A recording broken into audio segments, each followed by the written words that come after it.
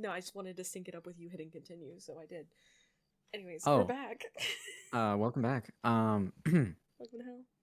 I forgot what was going on, honestly. Oh. We showed Arcueid our school. Mm-hmm. We went on a date. Yep. And then we had a very emotionally hopeful existential crisis. Yeah. It was great. I love that. In the end, Arcueid makes me show her around the broadcasting room, the fine arts room, and many other parts of the school. By the time we finally leave, the sun is already set. It's just past 7:30. It's a bit early, but we should begin searching for vampires. It's gotten pretty dark. I can't think of anywhere else to go, so shall we get started, Arcueid? What? Already? There's still plenty to do in town, isn't there? The sooner we do it, the better, right? We already messed around plenty during the day, so we should at least get some work done during the night. You seem way too into this. Why'd you break your promise yesterday if you're this serious about it? I mean, I didn't exactly do that on purpose, did I? I could barely even move by the time yesterday evening rolled around. I'd been planning on going to the park up until the last minute. Though, now that I think about it, doing so would have been pretty reckless. And also put you in the death section of life. Is that so? Yeah, pretty reckless. It's pretty crazy, I'm not gonna lie. Kinda wild, not gonna lie. So goofy. Alright, anyways. If Aki hadn't stopped me from going to meet with Arcueid in that condition, I would almost certainly have held her back at a critical moment. Or died. Really now? Then let's get to it. What's up with that face? Against my better judgments, I'll ask. What do you mean by that? You said that you had intended to go to the park, right? We still have some time, so if you couldn't get there yesterday, you can just make up for it now. Arcueid begins galloping off, her foot. It looks like she's seriously heading to the park. Wait, hold on, hey! I'd break into a sprint as well.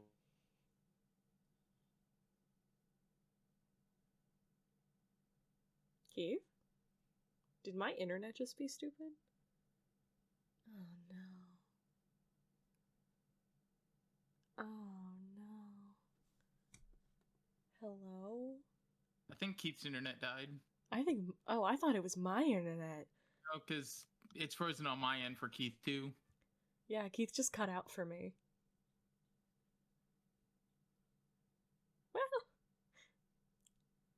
I'm gonna go get a snack. Well, Keith has died.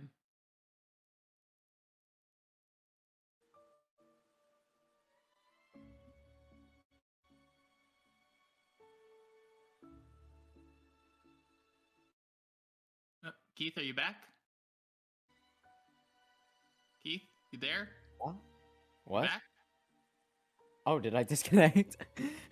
Yeah. Oh, I didn't even realize. Yeah, you were out for a minute. Oh.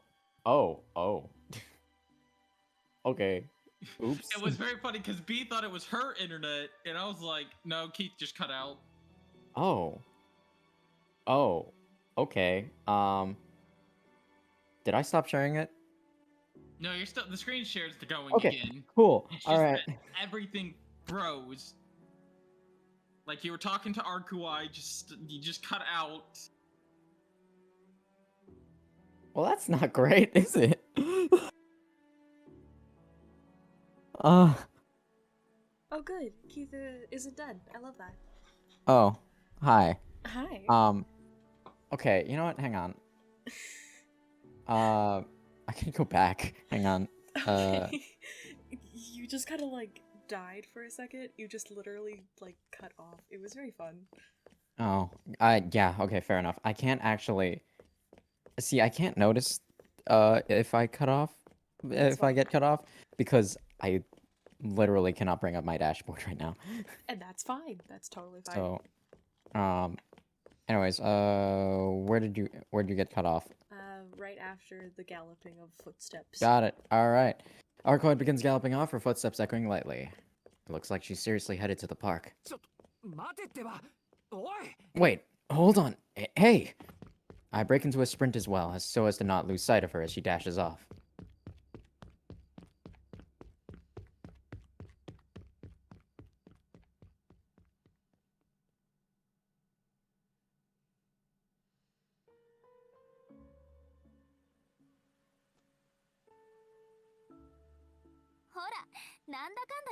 See? You always follow along no matter what I say. You idiot. If I leave you on your own, who knows what'll happen. I'm doubled over, panting, my shoulders heaving as I work to get my ragged breathing back under control. I had to push my way through the crowds in order to keep up with her. She really has been dragging me around by the collar all day.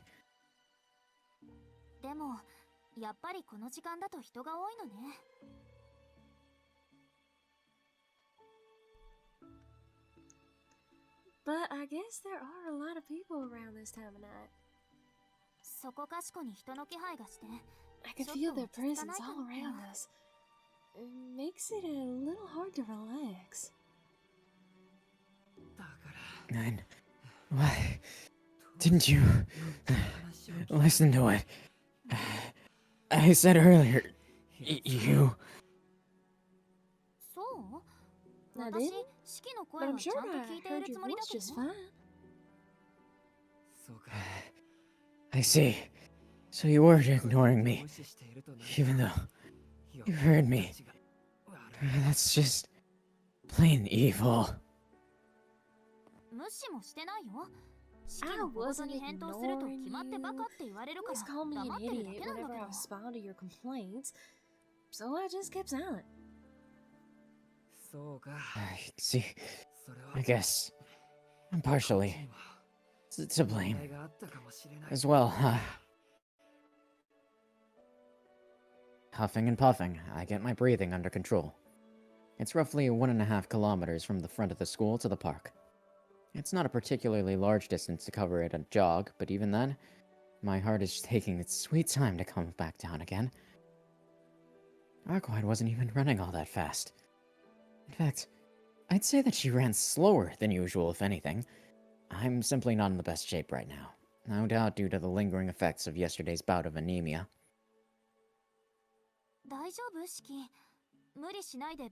You okay, Shiki? Why don't you take it easy and rest on the bench? I will. Once my body's settled down, we're going to the city, right, Arcueid?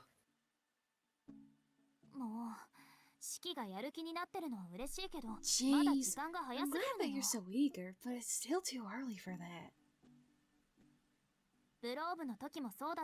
Vampires don't tend to act recklessly unless it's done on their own time. This was true of love as well, remember? Plus we're on a date. Get your fucking ducks in a line. They won't be active until the night becomes darker, so we have some time to kill before we go and kill vampires. Because right now it's a date. D-A-T-E. Date. Repeat after me. Date. Who? What? Who? Okay, who asked who out then? We decided about it mutually. Fine. Which is why we went to the movie theater. Sure. Yeah. I would have appreciated her saying that earlier.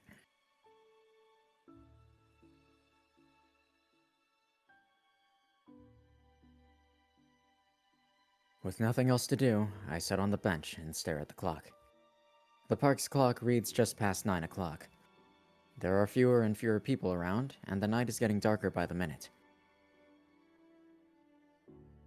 Arcueid doesn't seem to feel like sitting down for whatever reason, and is pacing around by the fountain instead.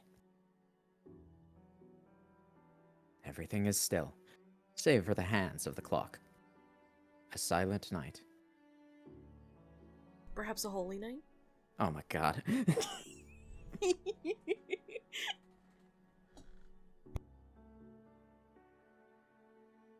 The shining moon. God damn it. The shining moon illuminates both Arcueid and the empty park around her. Would you say that all is calm and that all is bright? Oh my freaking. The moonlight, huh? I think back to when I was attacked in front of the Tono mansion 2 nights ago. If it had been this bright back then, I might have been able to make out that black shadow more clearly. What the hell was that? I don't know, did he slip? Man tripped. Face first, into the fountain. With a sudden jolt, I leap up from the bench. Shiki? What's wrong? Did you see one of the dead? No, it's not that. I forgot something incredibly important. I'm more scatterbrained than I thought. I can't believe I was attacked on my way home and completely forgot about it until now. Oh right, he didn't actually tell Arcueid this time. Yeah, no, he hasn't told her. Arcueid, I was attacked by a strange guy 2 nights ago. Huh? What do you mean by strange guy? Well, that's... I calm myself down and explain what happened 2 nights ago in as much detail as I can.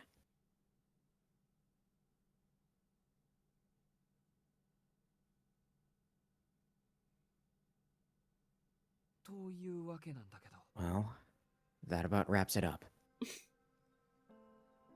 After I finally finish explaining everything that happened, I steal a glance at Arcueid's face to try and get a read on her mood.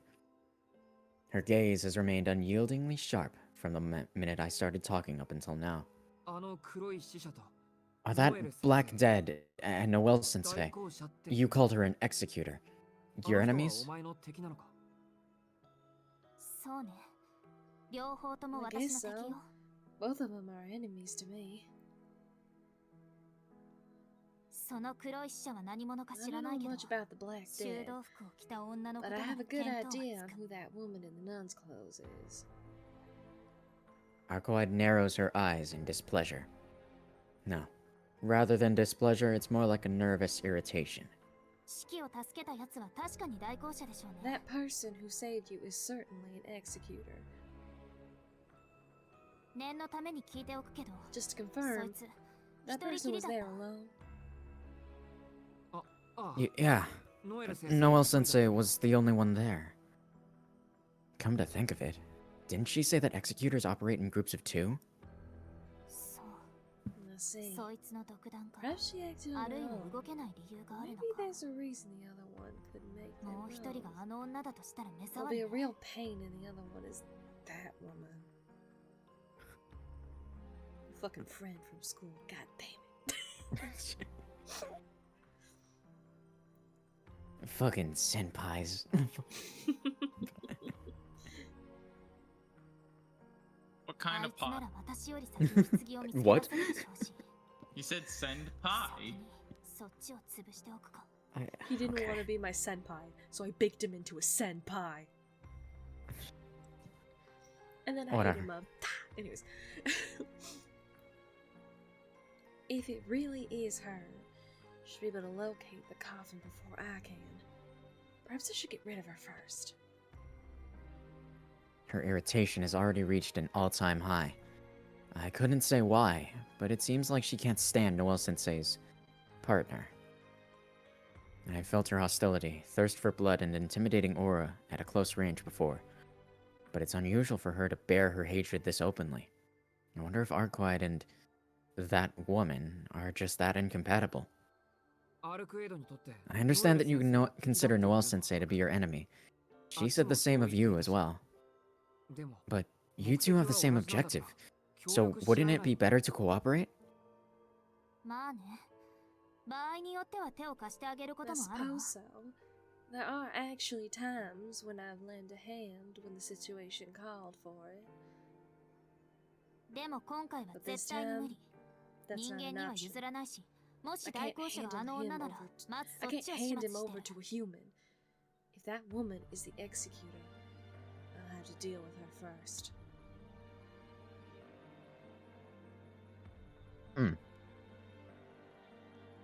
Why wouldn't she want that? I don't know. That is weird.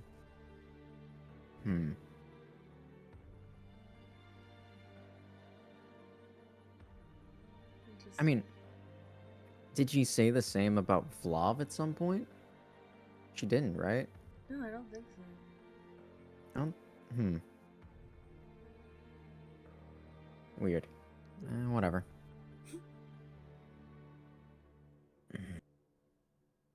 Her attitude is utterly uncompromising. I think it'll be better to drop the idea of working together with Noelle-sensei. Okay, so you won't cooperate with them. If that's your stance on it, then I won't bring it up again. I won't pry as to your reasons.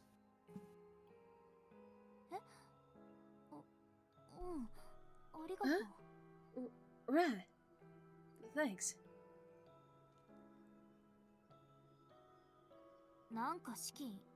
Shiggy, aren't you being a bit too nice? You'd normally be hounding me for answers at this point. Well, that's because I know that you would hate it. But your relationship with Noelle-sensei and her background are two different things. I need you to at least explain to me what an executor is.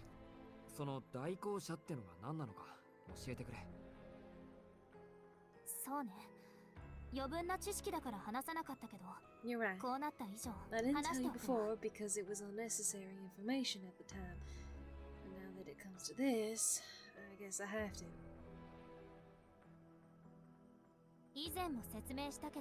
As I've explained before, Suzerains try to hide their own existence. Even when they take lives, they deploy various kinds of magecraft to prevent people from noticing anything is out of the ordinary. Do you know why this is the case? To avoid attracting the attention of external enemies, right? If they don't cause a scene, won't these vampire-slaying specialists start... If they cause a scene, won't these vampire-slaying specialists start descending on them? Well, there's also the regular human police, but vampires really don't see them as much of a threat.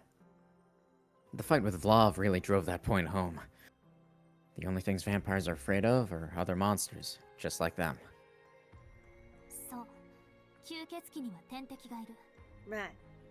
Vampires have a natural enemy. Even now, the power balance is in the enemy's favor, on the side of the organization of killers.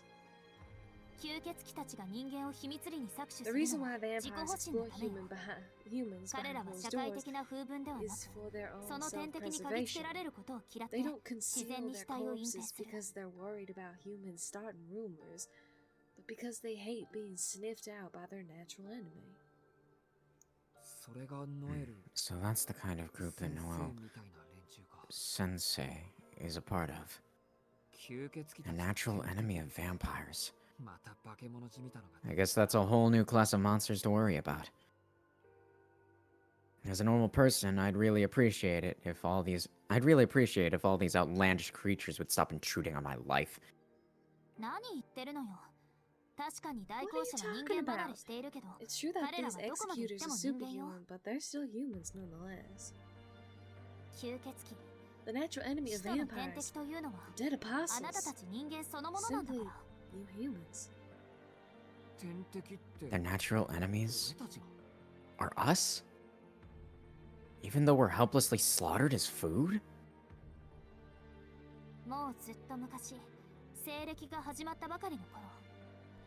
A long time ago, back in the infancy of the Common Era, humans created organizations based on various kinds of magecraft, occultism, and ritualism, and they become eliminating non-human paragons.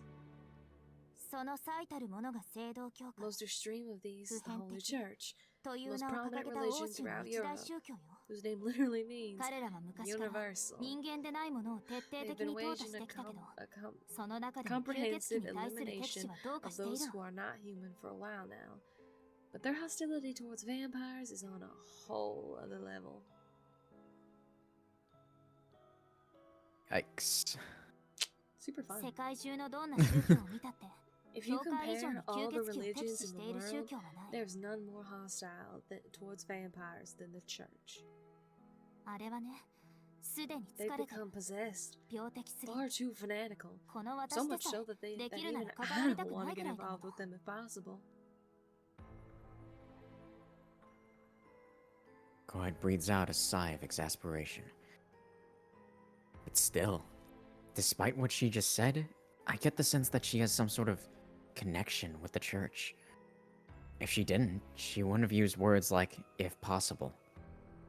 And so, the one who saved you was a member of the group of specializes in hunting heretics, since they are the only executors that...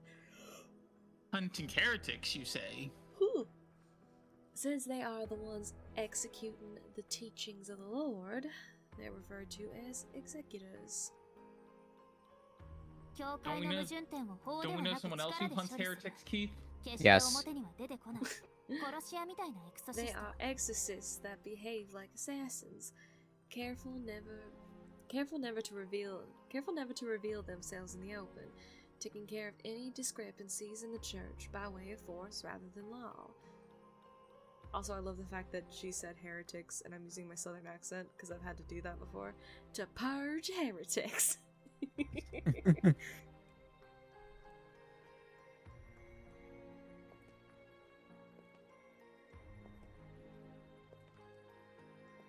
Exorcists. Priests who slay vampires. It feels so fitting that I don't really have any questions. Well, regular executors are no big deal. Executors from the Bureau Agency are a whole different kettle of fish. Those people will do whatever it takes in order to capture a dead apostle. If the executors deployed here had been theirs, the city would have been wiped off the map before Vlad could get out of control. Fucking bitches. The whole city, jeez. That's worse than Vlav. Are these people really that indiscriminate?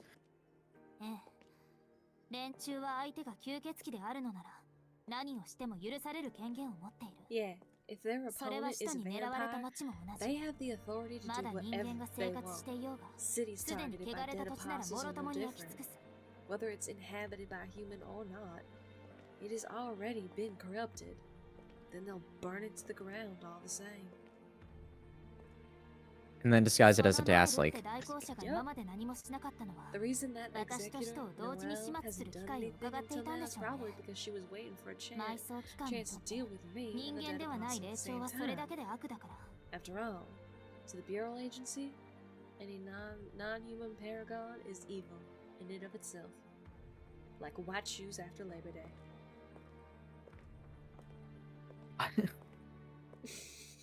After she finishes venting, Arcueid begins to pace around the park. She vented? God freaking stop. Okay. She's acting sus. It seems that things are starting to get complicated. Arcueid is being targeted not only by her fellow vampires, but by a group that's hostile toward vampires. What the hell? Wouldn't that make Arcueid all on her own? I watch Arcueid as she wanders around aimlessly. Under the moonlight, that figure looks like a lost child with no place left to go.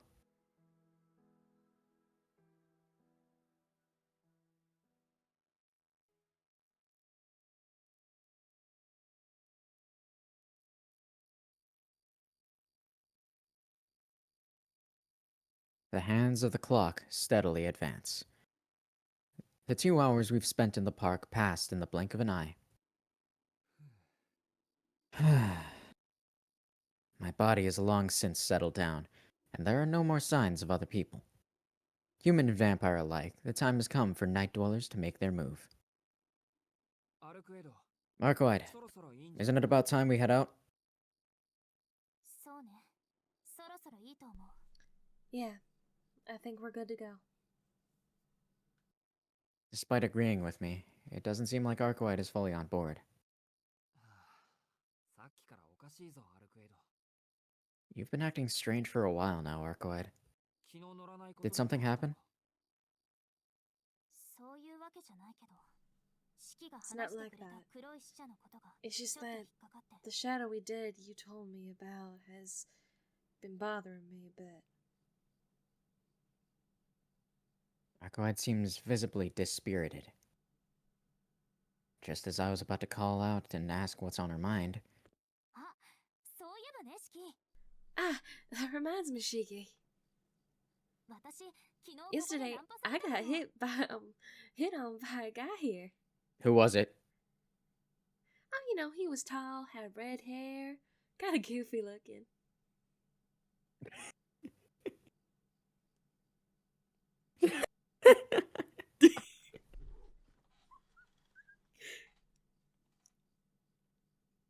Uh-huh. Oh, sorry. I thought you were another hot blondie.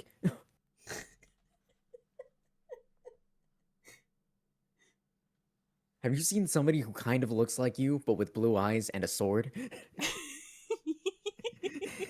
You know, that's not who I was talking about. I was talking about Arihiko, but that's still really funny. Hang on. Wait, no. But that's still just as funny. I mean, they both are tall, funny looking, have red hair.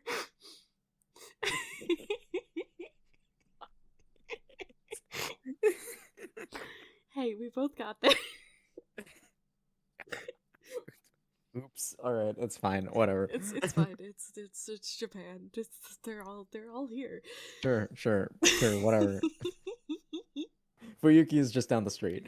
Fuyuki, truly. I mean, also, I still can't believe that like fucking Shiki doesn't like think anything about his friend being missing for what, at least a week now. Yeah. I mean, I know she's really dedicated to her job at 7-Eleven, but I don't think she would spend the night there. Fair Not enough. gonna lie.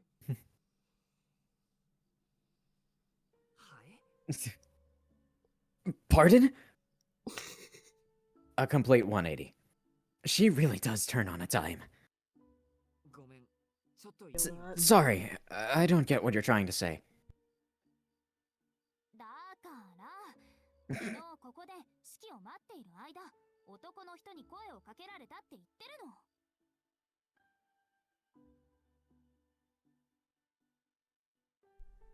Like I said, I fun fact, I accidentally hit my mic and muted it.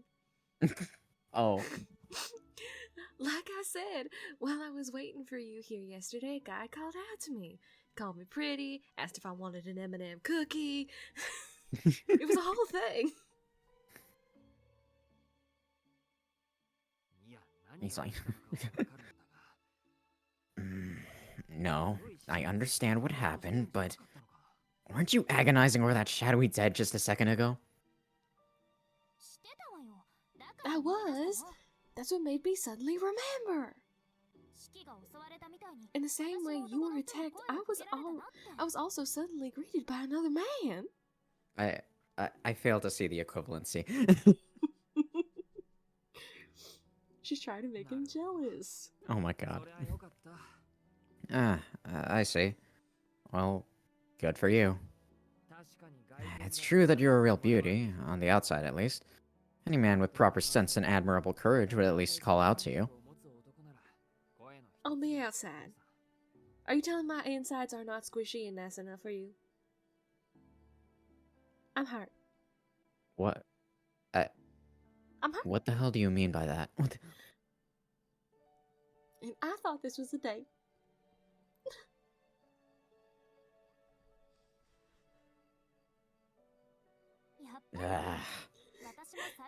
So I was right. I also thought... So I was right. I also thought that they were an enemy at first. But you mentioned it before, right?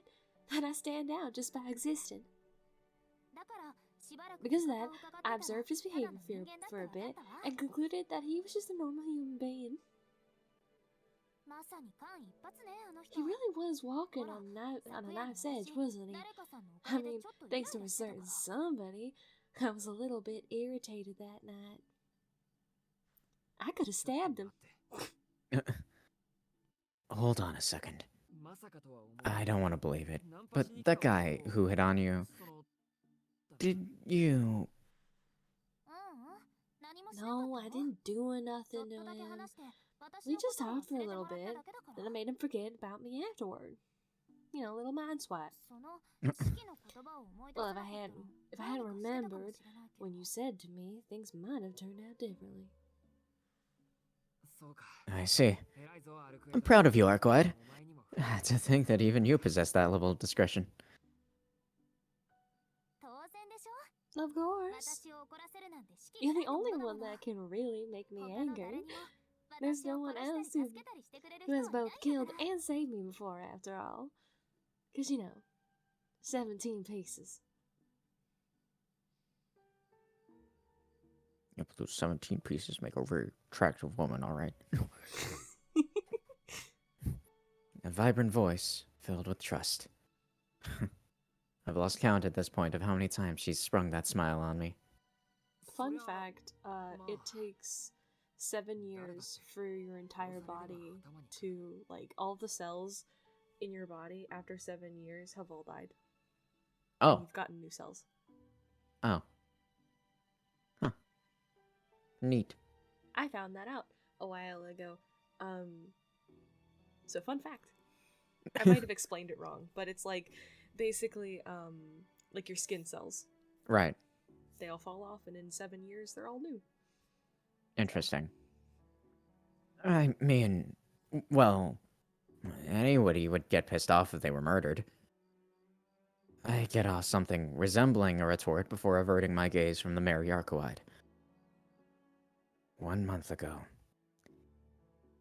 If it weren't for the serial killings, the park would be full of young couples and students on their way back from a night out, even at this hour. It's been a month? From what? Because it cannot be a month since they've known each other. It's been a month since the killings, rather than 1 month before.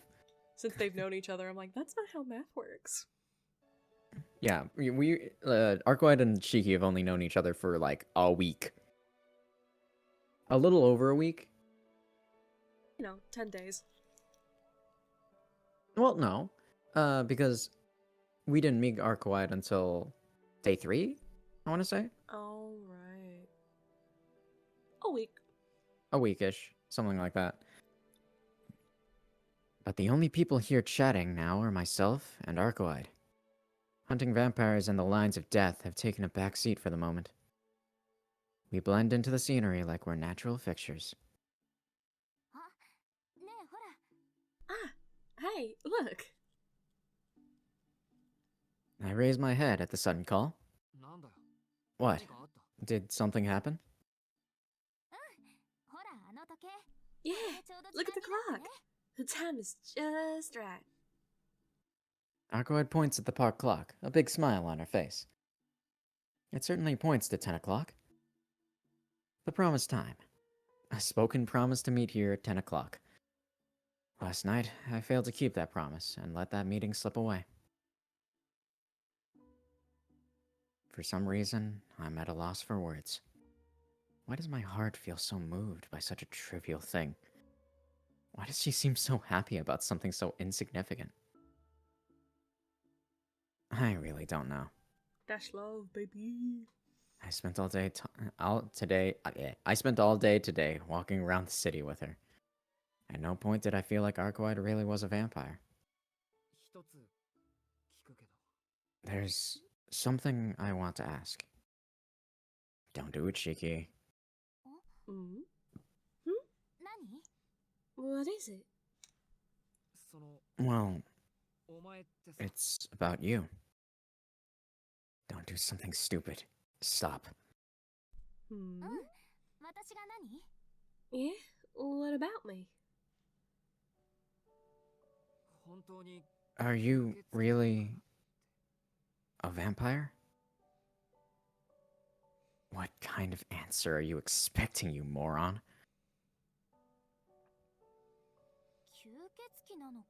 Am I really a vampire? Shiki, how long have you been sitting on this question for? That's not it. It only popped into my head just now. I couldn't look her in the eye as I replied. I can't tell whether that means there's cotton or rocks between your ears. Anyone else would have considered that to be a grave insult. What exactly made you ask such a thing? I have no reason to think she isn't. But on the other hand, I've seen no hard proof that she is. That's why... I mean, you said you can't stand the sight of blood, right? What kind of vampire is that? Even if you say that you're a failure as a vampire, never drinking blood has got to mean that you aren't really even a vampire at all. Can you imagine? She just yoinks onto his neck. Just like, oh, you wanna see fucking blood?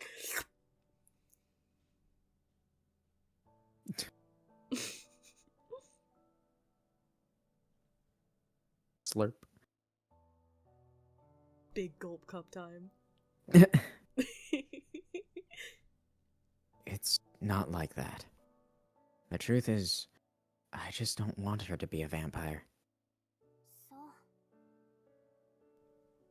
You're right. In that case, get up from the bench and come over here. Oh my god, wait, hang on. Is she actually? Come on. Arcueid's voice is cold. Probably won't be his neck, it'll probably be like his palm or something. I dutifully stand up and walk toward her.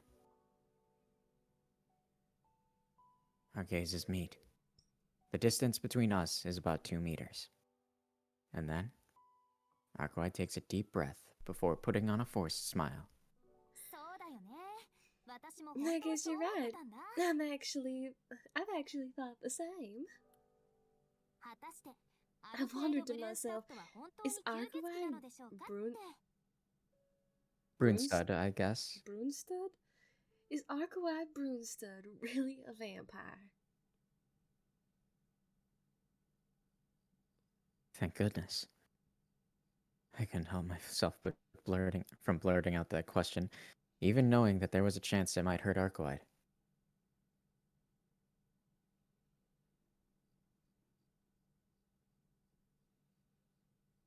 I thought I saw something in the background. I don't think she took it as a joke, my guy. I think you hurt her feelings, and now she thinks that you don't take her seriously, and now she feels sad on the inside. I'm glad that she was able to take it as a joke. This is stupid boy logic you're running with, my guy. I know, right? You just don't strike me as a vampire at all. How about we test it out? Arcueid spoke those words with a mischievous smile. Yeah, I guess we'd have to test... Huh? Let's test whether I can really suck blood or not. If I can, will you give me a reward, Shiki? What? Stop! Arcueid walks toward me with a smile on her face, taking step after step. Can I insert the whatchamacallit line? The Arcueid, the dumb Arcueid joke I made here? I can suck more than blood. Jesus Christ. Tapped out. I hear the sound of her footsteps as she draws closer. Both of us know that this is a joke, but even so, my body won't move at all. Do both of you know that it's a joke? Because I think only you think it's a joke, Shiki. Oh, jeez. What? I try to speak out, but I can't. It's not Arcueid's doing. I held my tongue of my own accord. Arcueid is getting closer. One step, then another. She closes in little by little, her head gently lowered.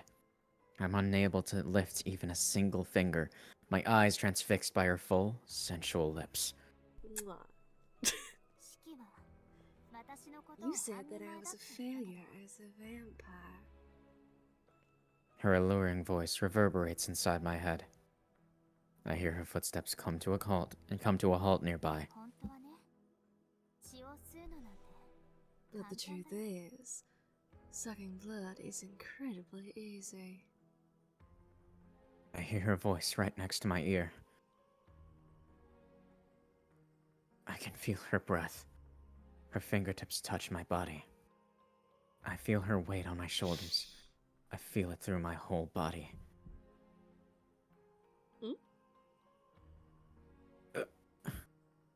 A heartbeat so strong it nearly knocks me unconscious. I want her. I want her. I want her. I want her. Oh, damn. I desperately try to suppress my boiling emotions. There's boiling? I try to hold back with every fiber of my being. My left arm trembles so much that it makes my back aches, and that my back shakes. My right arm desperately longs to embrace her. I want her so bad. There's no way I can hold back. Even so, I cannot allow myself to desire this woman now. I mean, everything is different. Compared to back then, this feels stronger, more intense. What I want now is fundamentally different to what I wanted then. Killing her isn't what I want. It's a different impulse that's driving me mad this time. But I mustn't defile her heartfelt courage like this. Do we need to cut this out? Wait, hang on. No, I don't think we will. If we do, we will. But none of that was bad.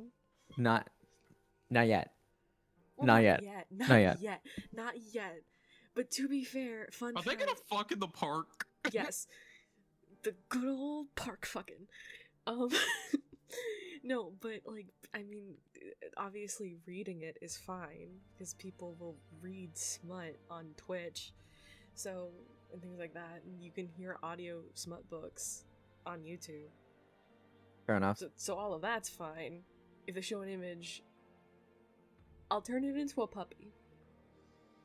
Alright. It'll just be a picture of a puppy. That is perfect. Great. Alright, anyways. Gritting my teeth so hard my molars grate, I managed to summon enough strength to hold back my seething emotions. My internal conflict was over in a little under a second. During that time, Arcueid didn't move at all. Suddenly, a chill runs down my spine. This is just a joke. She's not trying to convince me of that, but of herself. And yet, I can still feel her hot, fiery breath on my neck. I begin to call her name, but I bite my tongue. It would be like indicating that I don't have faith in her. It's already over. This prank will come to an end, and Arcueid will put on her usual smile and say, "Just kidding. I'm not gonna suck your blood after all." I'm gonna suck your dick. I think they was Christ. And yet, the weight on my shoulders shifts. The soft sensation turns into a sharp pain. The white fingers grasping my shoulders tremble violently. She's afraid. My thoughts are clear. No fear or anything, even now. It's only Arcueid who's trembling violently. Her breathing is pained, even though they're so close. Each breath feels so far away. I can't see her face. I can feel the shaking of her body in each exhalation that brushes across my neck. Her breathing goes from a light whimper to a heavy, labored hyperventilation. Arcueid? Unable to bear it, I call out her name. Even though it's just a joke. Arcueid's voice is shaky, but the fingers on my shoulders are no longer trembling.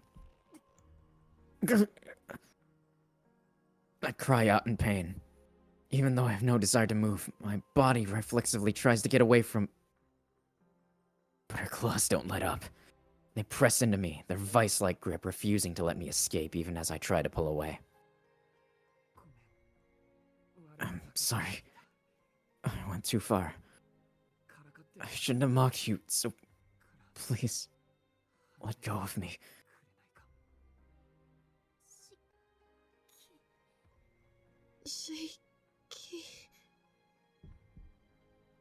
Fingers won't let go. Not good. This is not good. I must have struck a nerve. Alarm bells ring inside my head. I move my arm to push her away. It's too late. Too late no matter what I do. How long has it been too late for? From just now? From a mere five minutes ago? Or was it from a day ago? No, from the very first time we met?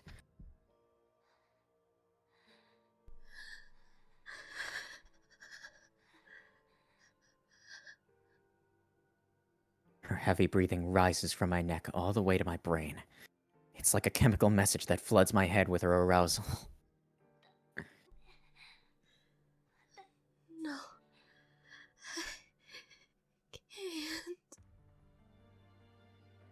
The echoes of her instincts slip into my ear. There's no need for her to use brute strength. With her alluring voice alone.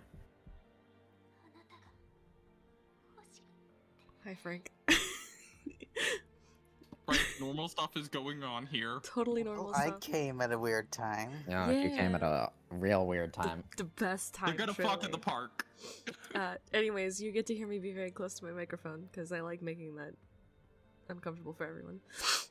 I'm very uncomfortable with the image alone. I just wanted you. My mind melts along with my entire body.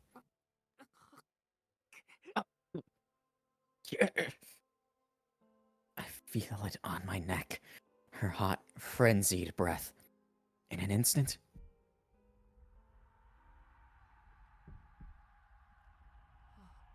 Oh my. my sense of reason crumbles. It was a primordial fear.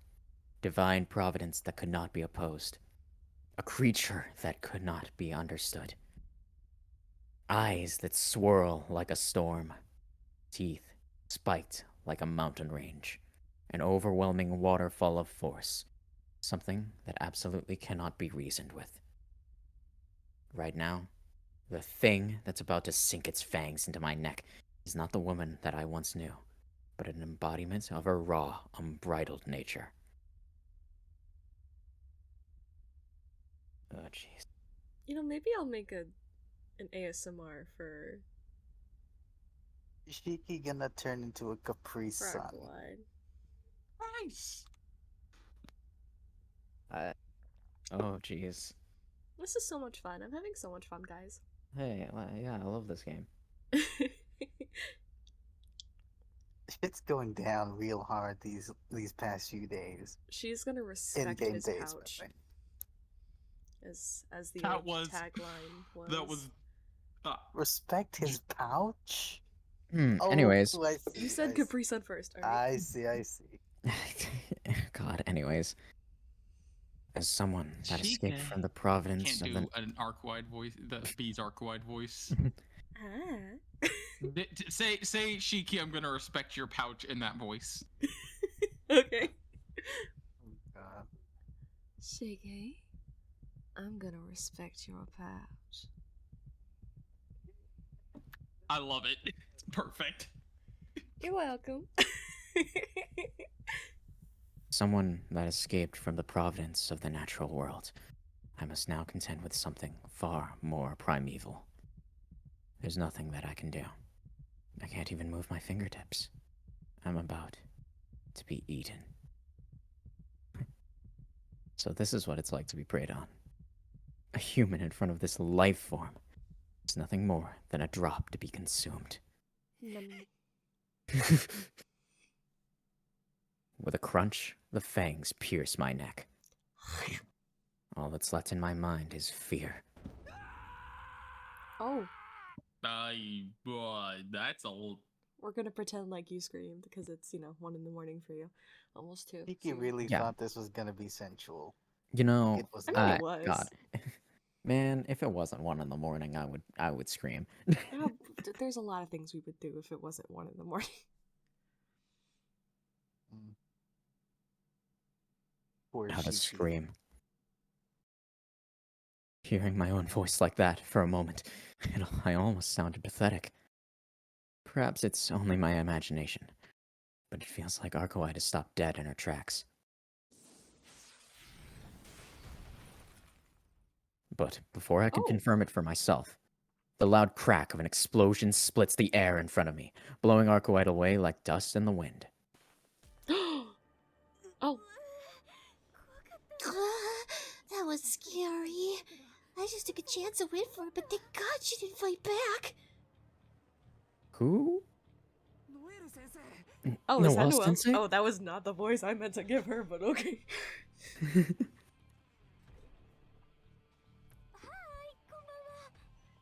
Hi, good evening. But, sorry, this is no time to chat. Noelle Sensei walks over to stand beside me before turning her sights on Arcueid. Arcueid is unharmed. Despite having been blown back nearly 10 whole meters, there's not a scratch on her. Arcueid is reeling from the shock. As am I. I can't even work out what I should do in this situation. Meanwhile... Oops. Right. That's no good, Shiki-kun. After I'm done with her, you're next. I'm sorry, but just sit tight for a second,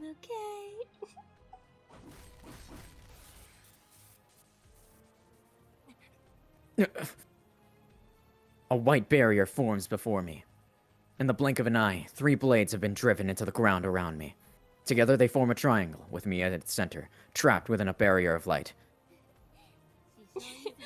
Behold, the Black Keys Sacrament. Sacrament? Sacrament? The Black Keys. What did you say it was called? Sacrament. Sacrament. The Black Keys Sacrament given to me by my master, the temple. Those are black keys? I guess. Sure, alright. Look a little different, but... Hey, it's fine. Oh, and try not to touch the walls, okay? Otherwise you'll turn into a pillar of salt. Well, not that it matters to me whether your hand turns into salt or not. Oh, great. Get the old trails in the sky treatment. In that case, the problem now is...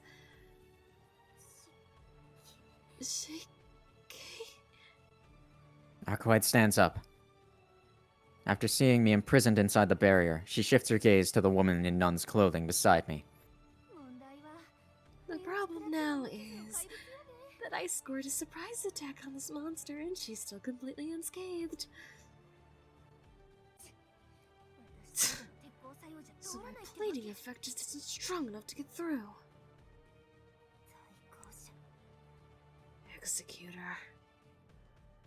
Arcueid's aura changes. Oh. Her eyes. They've become whirling maelstroms of hostility, staring daggers at the woman in nun's clothing. Oh. What do you think you're doing? I can't. I'm still in a southern accent. I can't. I knew I couldn't do this. You're doing well.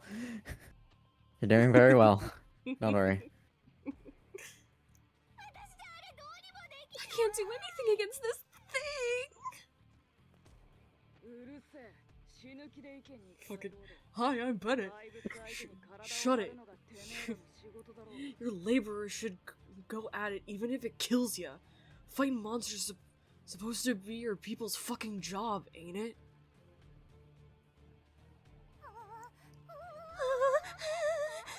Okay, fine, but after this, promise to get me an audience with the Cardinal, okay? As though being pushed from behind, the woman in nun's clothing pitches forward, pitches forward and throws herself at Arcueid. The outcome seems like a foregone conclusion. There's no way she can stop Arcueid with a charge like that. Let go of Shiki. Sure enough, Arcueid runs toward us and swings a single hand as if she were swatting at a fly.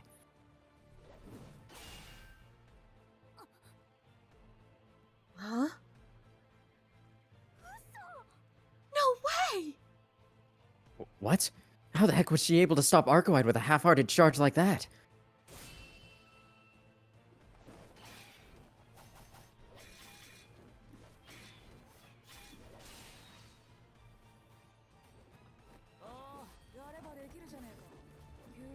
See? Oh my god. Hey, I'm Bennett. I have to every time, huh? Hey, I'm Bennett. Hey, see? You can do it if you try. Come on then. Go earn your pay. It ain't free to feed you fuckers, you know? From right beside me, I hear fluent but crass-sounding Japanese. Unable to move from where I am, I turn toward the source. And over there... Sup, bitches?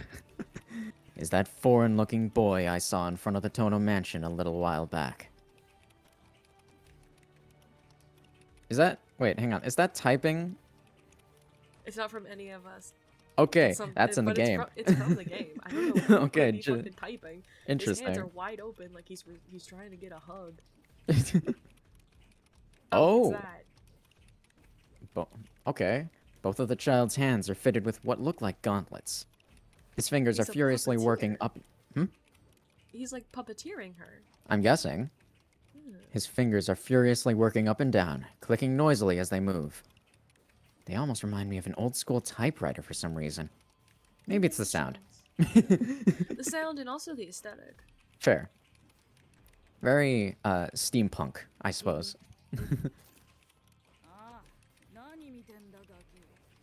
I am Bennett. Huh? What are you looking at, kid? This ain't even that rare, you know? And don't go saying some stupid shit like you've never seen a marionette before. Here I thought all Japanese valued diligence. It seems like he's talking to me. But are we on the same page about what a marionette is?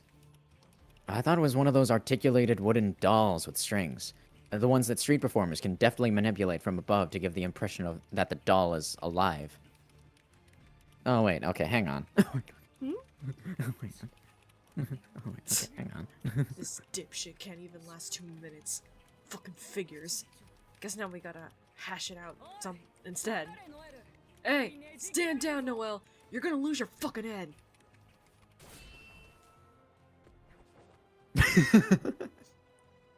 And she's out of there. And she's gone. A never-ending flurry of blows. The woman in nun's clothing beats a hasty retreat. Arcueid, her shoulders heaving with each labored breath, turns to face the barrier of light. To face me.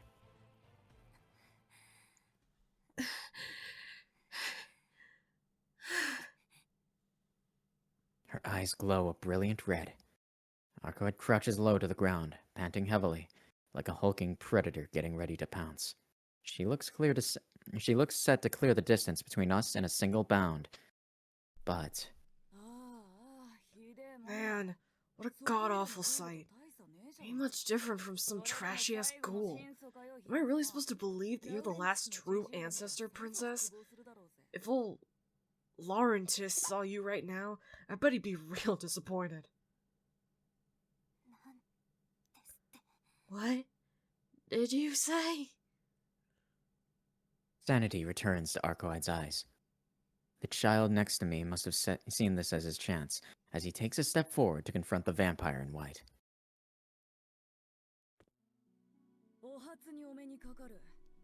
Pleasure to meet you. The name's Mario Gallo Bestino. Eastern Dispatch, acting Presbyter? Presbyter. Sure. Presbyter? Presbyter? I don't know. Don't start grilling me about my high rank. don't like talking about it, but my old man's got a bunch of conveniently adopted kids like me. I see. I take it you're the commander of the executors in this country? Yeah, just got stationed here though. Sure, I'm just riding Lawrence's coattails, but a title's a title. Ain't gonna let people run loose on my island. Especially? Yeah. Especially if it involves a fuck-up true ancestor that's fallen to evil. I'd rather eat shit than deal with that. Arcueid's will to fight vanishes. No. Perhaps it's more like she's afraid. Finally, you realize. You get you were about to suck his blood and kill him, right? Your true ancestors think you're so fucking special, but you're no different from any other bloodsucker, are ya? Even if you run around exterminating other vampires, doesn't do much to change that you're a monster just like them. Wouldn't even think about killing Shiki. Come on now. Don't be so fucking coy. We ain't talking about murder here. It's about the nature of running its course. Your presence alone is enough to cause problems. Thought you knew that. Did you not fucking hear the way that kid screamed when he saw the real you?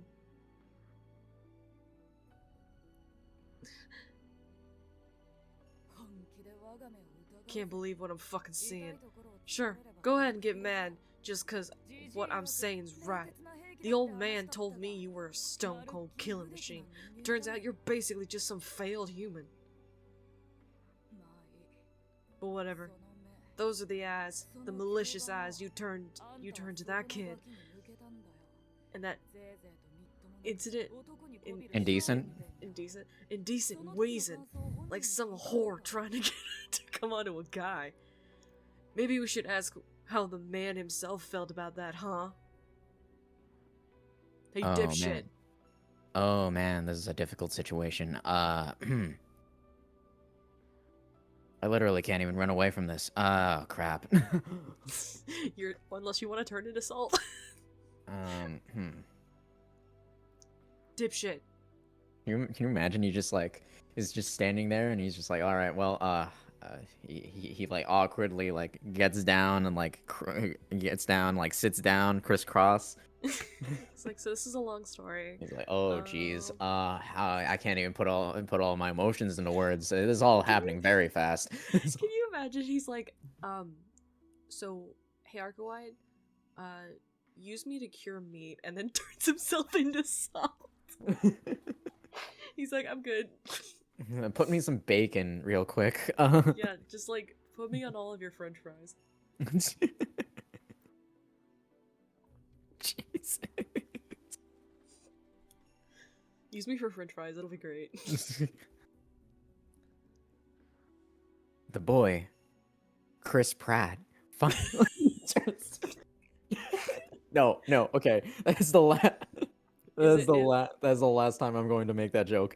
Are you? I feel like that's a lie. No. I feel like okay. I'm gonna say that and then like forget it immediately. And then you're gonna say it again, and I'm gonna remind you. It'll be great. The boy, Mario, finally turns to me. The sharpness of his gaze leaves me speechless. Despite his foul mouth, the boy is, how do I put this, brimming with fairness. Stage is yours, Tono. Give us your thoughts. Oh my god. I look at that smug ass face. Oh yeah. Heh. But how you were so close to getting chowed down on that it almost made you shit yourself in terror. Well, this is a difficult situation. Okay, so what are my two options here? Either I tell the truth, and then Arcueid will be very, very, very sad. And she won't talk to you. And she won't talk to me because, like, she'll be very afraid of the fact that she almost, like, killed me. That'd be real great. Yeah. I I lie, and then people people eventually find out that that was a lie pretty quickly, actually, and then all right, alternatively, third option, and then just looks at the wall. Just touches it. Just, alright, so I think I'll taste good as, you know, some Himalayan salt, my guy. Some Japanese salt. Use me to cure meat. Yeah. Like, third option. Third option. Put me in a fun little cranker. You know? Instead of those stupid table salt ones. He's like, yeah, make me. He's like, I hope this makes me kosher. I would love to be kosher salt. I was about to scream that it's not true, but stop myself. Because that would be a lie. And truth, I was scared. Trying to hide that fact would hurt Arcueid more than lying to her. And Shiki has never lied before. Oh, totally not. I don't know what you're talking about. He's never lied in his entire life. Arcueid looks away like she's in pain.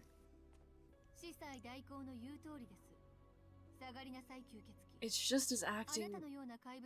It's just like as acting Pesserviter says. Fall back, vampire. Did you think that we would allow a monster like you to hang around with a human being? I mean, you've let him do it for a couple days now. Not gonna lie. Yeah. Just kind of let it happen. Hey, you let Vlav hang around Yumizuka for a while. Oh yeah.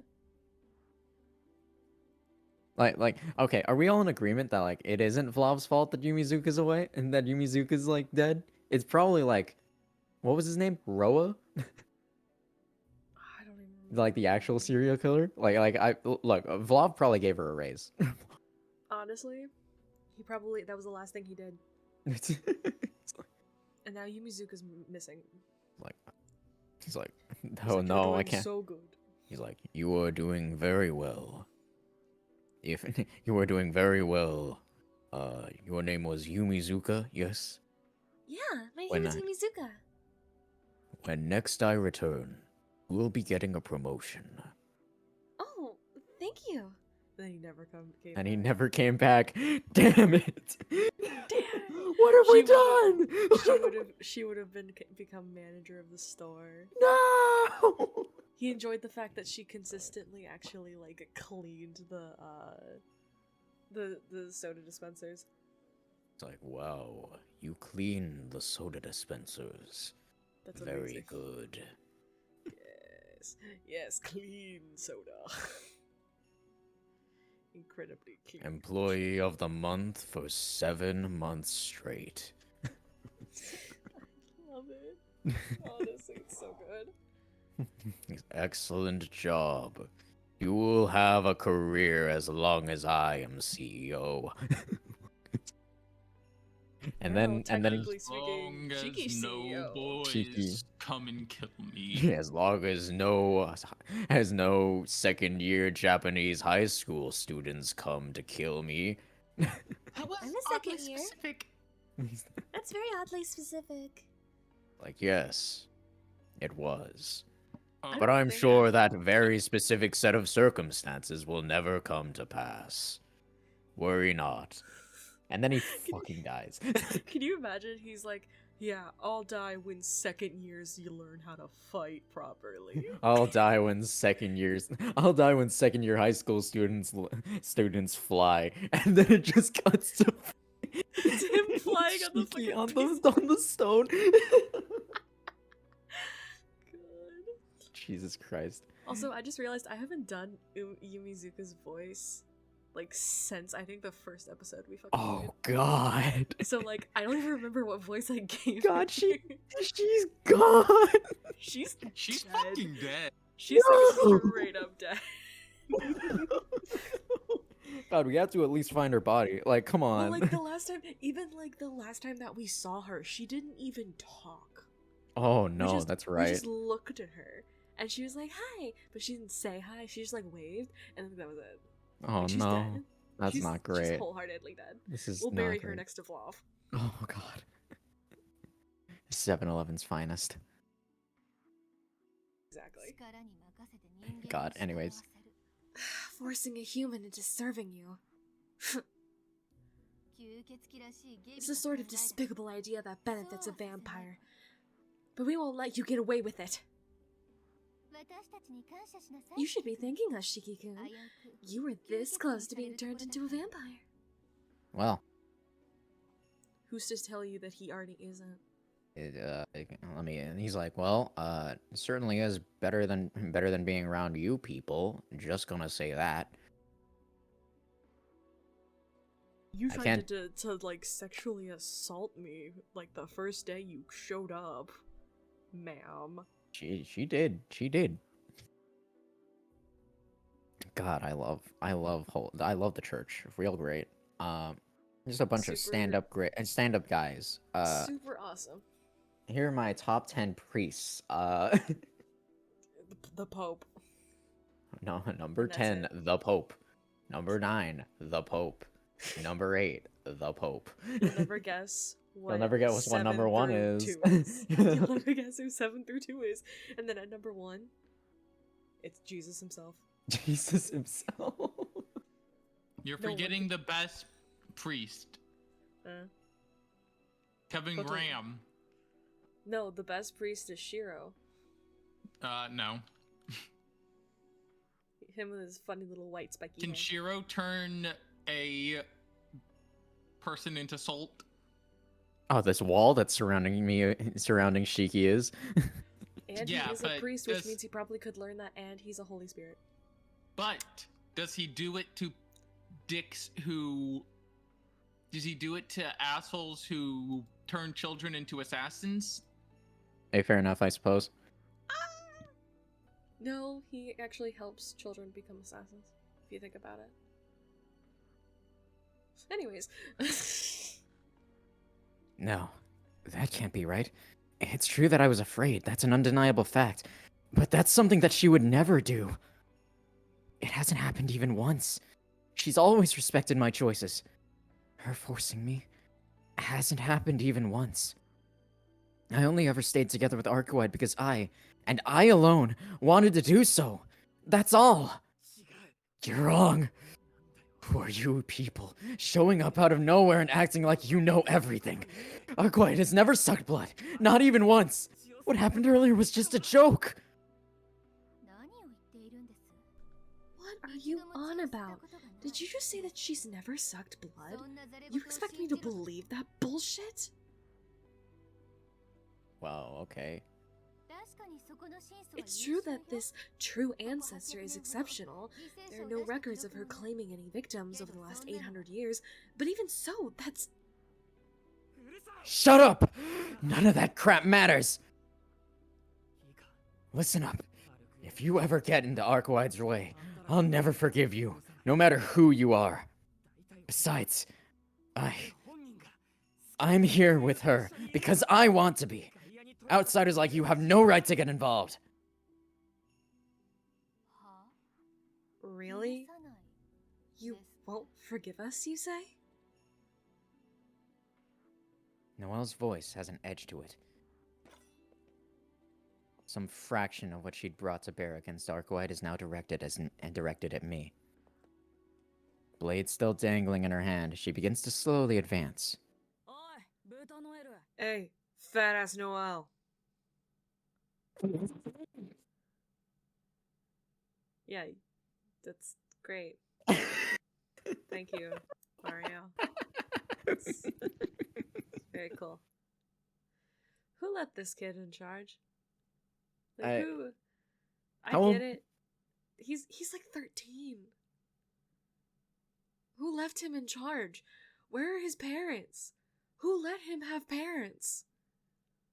And why are they so shit parents? How old are you? 8? I'm 13. I'm 13. I'm 11, so shut the fuck up. Yeah, cool. I don't know anything about talking to kids. How old are you? 8? I'm 8.5. I'm 8.5. Shut up. Shut the fuck up. I'm so cool. I'm gonna go tell my dad. Fat ass? Did you just call me fat? Which part? Why? Anyways, my weight doesn't matter. Your foul mouth is the problem here. Just because you're the spoiled kid of some big way doesn't mean that you can call me whatever you...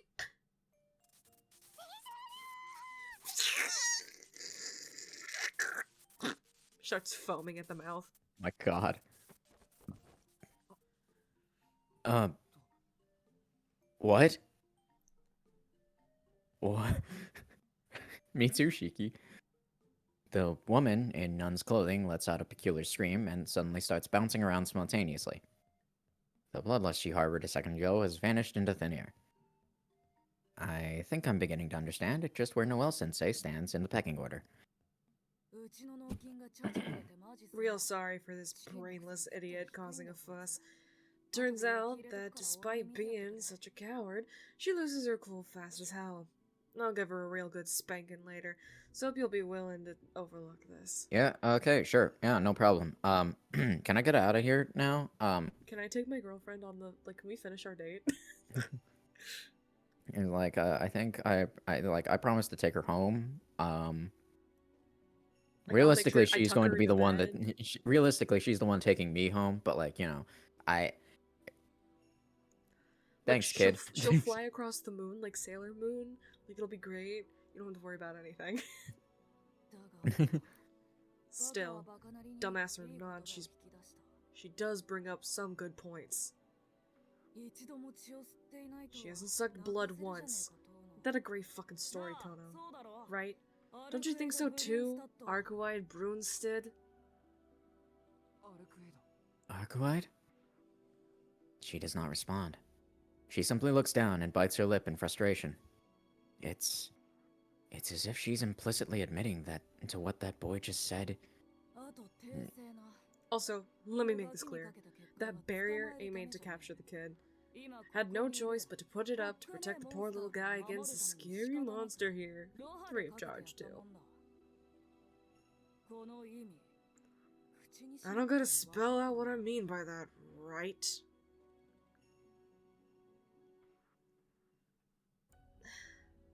Arcueid raises her head.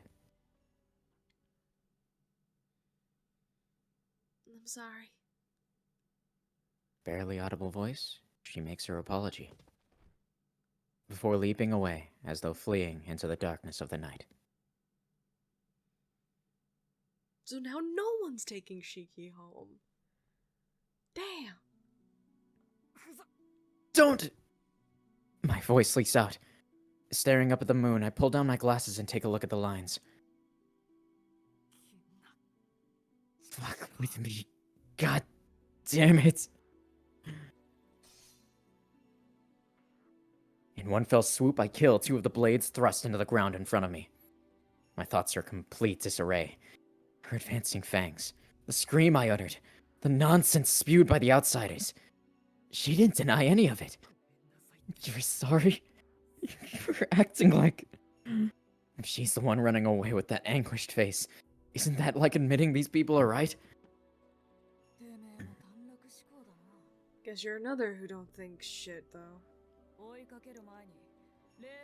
Could at least thank us before going after, you little shit. You... The boy who introduced himself as Mario didn't block my way, but called me to a halt before I had the chance to run off. Did he say, "It's a me, Mario"? Yeah, thank you, Chris Pratt. Like I would ever thank you. If only you people hadn't shown up here, she'd have never gone off like that. Are you fucking serious? Or just desperate? Whatever it is, go cool your head in that fountain over there. Go around spewing such blatant fucking bullshit. Really think it's gonna be any help here? Any help to her? Those unexpected words, my racing consciousness comes to a standstill. It must be a coincidence. What he said now really must have been just a coincidence. Even so, he has correctly pointed out the harsh truth. I shouldn't tell a lie that I can't even fool myself with. As the boy said, doing so will hurt her. But more importantly, hurt me.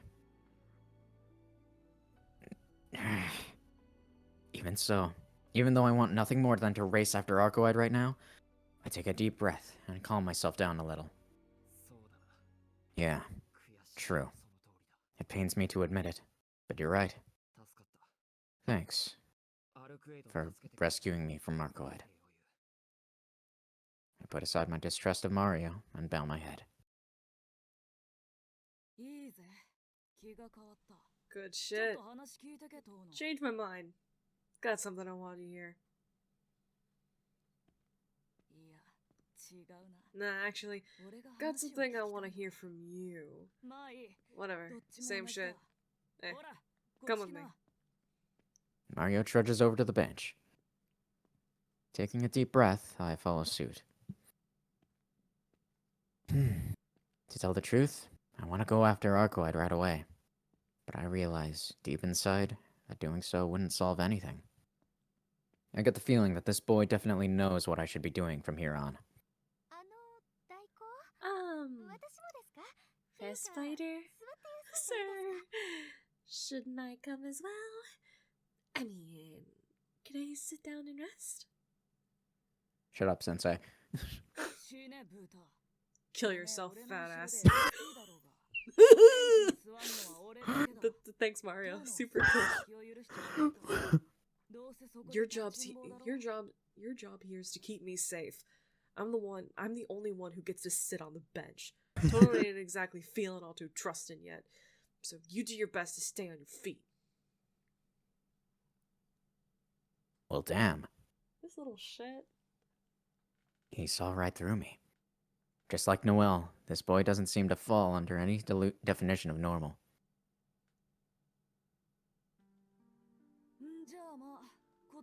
Alright then. First, I'd like to confirm some.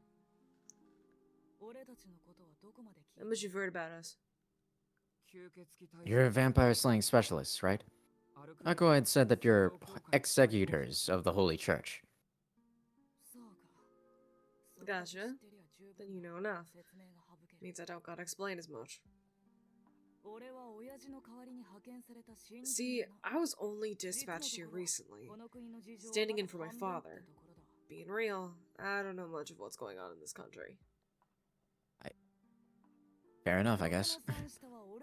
That dipshit over there got a bit of an investigation in before me, though not that anyone has given her the go-ahead. If it wasn't for me, the dismissals would have had ended at just Wouldn't have ended at just your master. Wouldn't have just ended at your master, fat ass. So some fucking gratitude. Yeah, I'm really grateful. I love the young master.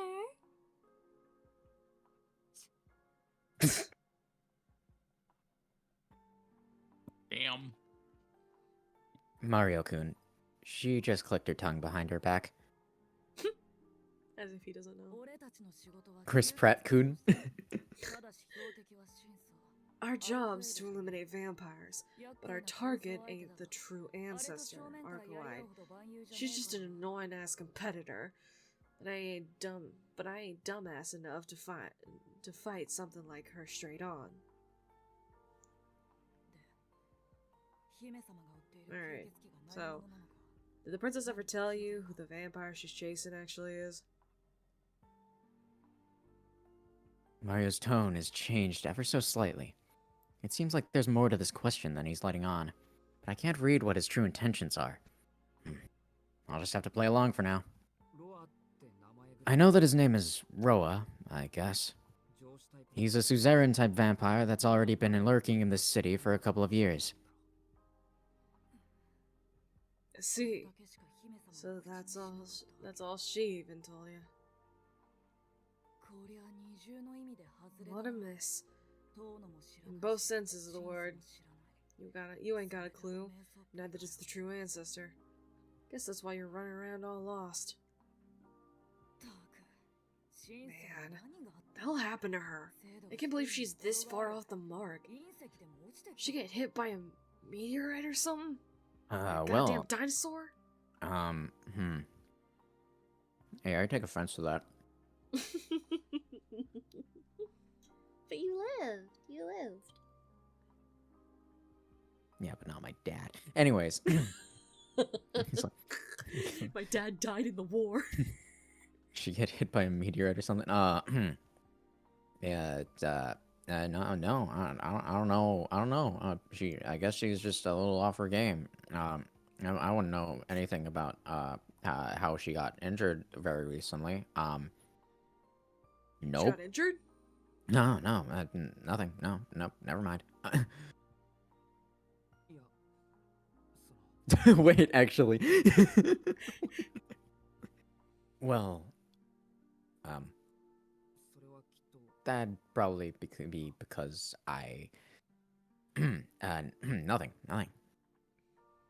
Murdered her. I leave that part off. Smart. Whatever. Got some reports saying that some big game had shown up. Seemed a bit like bullshit, so I've been putting it off. Maybe I'd better open up an investigation. Oh no. The CEO. We already dealt with that. Oh yeah, no, don't worry. The CEO of 7-Eleven has been taken down. He's been taken care of. He's been taken care of. He's been canceled on Twitter. No, not Twitter. No, Flav would never. Flav would never do anything on Twitter unless it was on accident, like a typo. Like instead of writing holy shot, he writes holy shit. It's the opposite.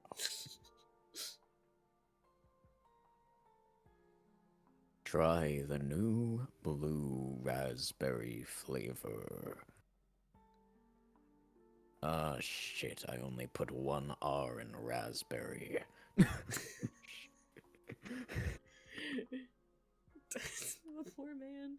Like, oh my god, can the CEO not even type? Oh my god, can he not spell? Is he trying to be hip with the kids? Oh my god.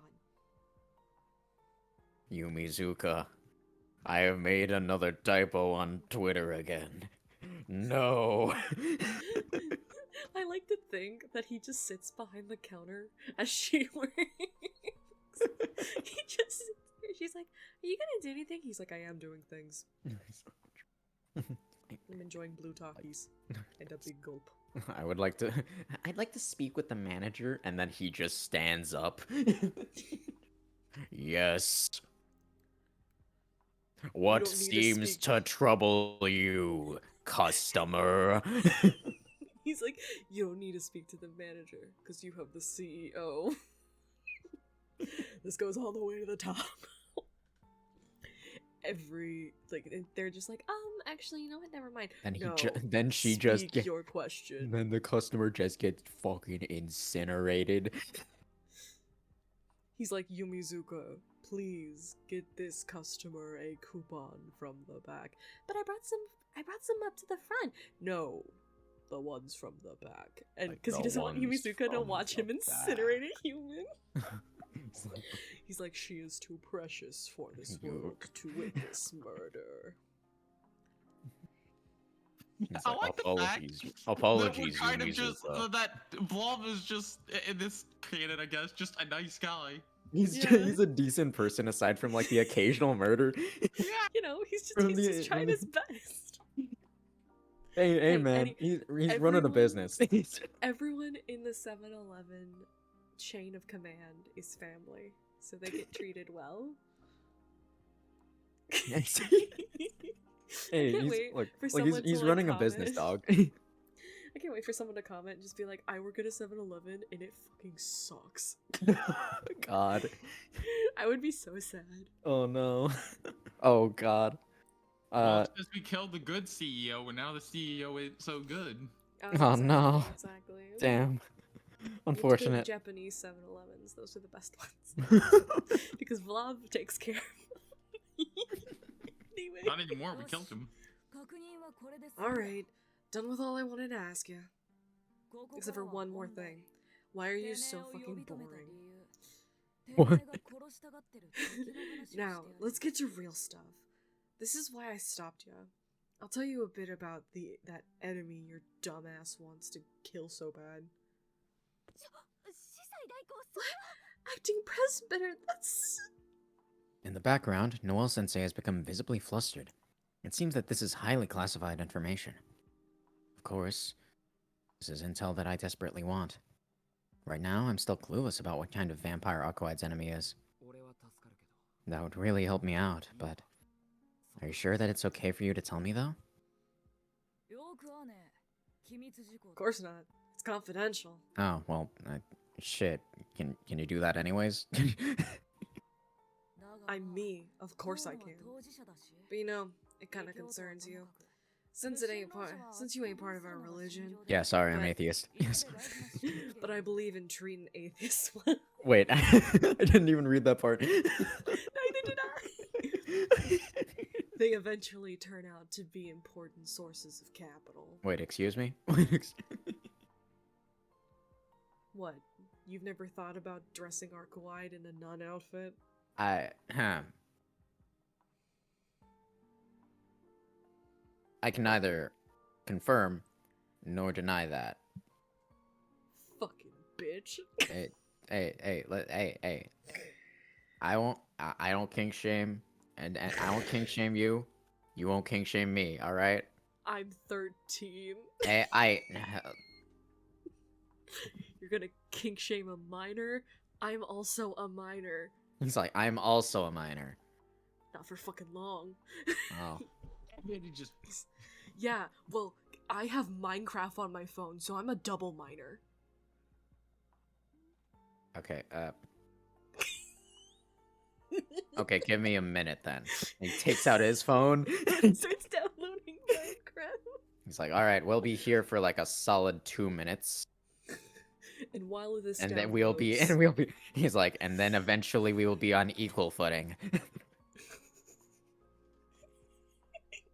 Just imagine that he has like a whole PC set up, but all he does is play Minecraft. You think he uses he uses the marionette, the marionette, the puppet strings? To type? Yes. Also, you cannot tell me, I've just thought of this, he's a streamer. With how he talks and with the way he carries himself, he thinks he's a top tier streamer. Probably still. Welcome back to Let's Play Minecraft. That's what he excels in. He's really good at Minecraft. He's speedrun the game at least 7 different times. Oh, look at this man. He's captured every mob in the game. Yo, He's beaten up the warden. Captain Sparkles wishes he was Mario. Yes. He's like, I'm gonna have a collaboration with Captain Sparkles. Fuck you. My dad set it up. My dad knows Microsoft. My dad is the owner of Microsoft. My dad works at Microsoft. Oh my god. I love the little boxes that we keep giving people. It's great. It's fantastic. Phenomenal. I love it here. Anyways. That statement is in confidence with our doctrine. I'm warning you. I can convert. For like 15 minutes. Do you wanna give me that cross you're wearing? We'll call it a day with that. Hey, there's a fountain there. I can baptize myself real quick. Yeah, I could just do a back bend into the water.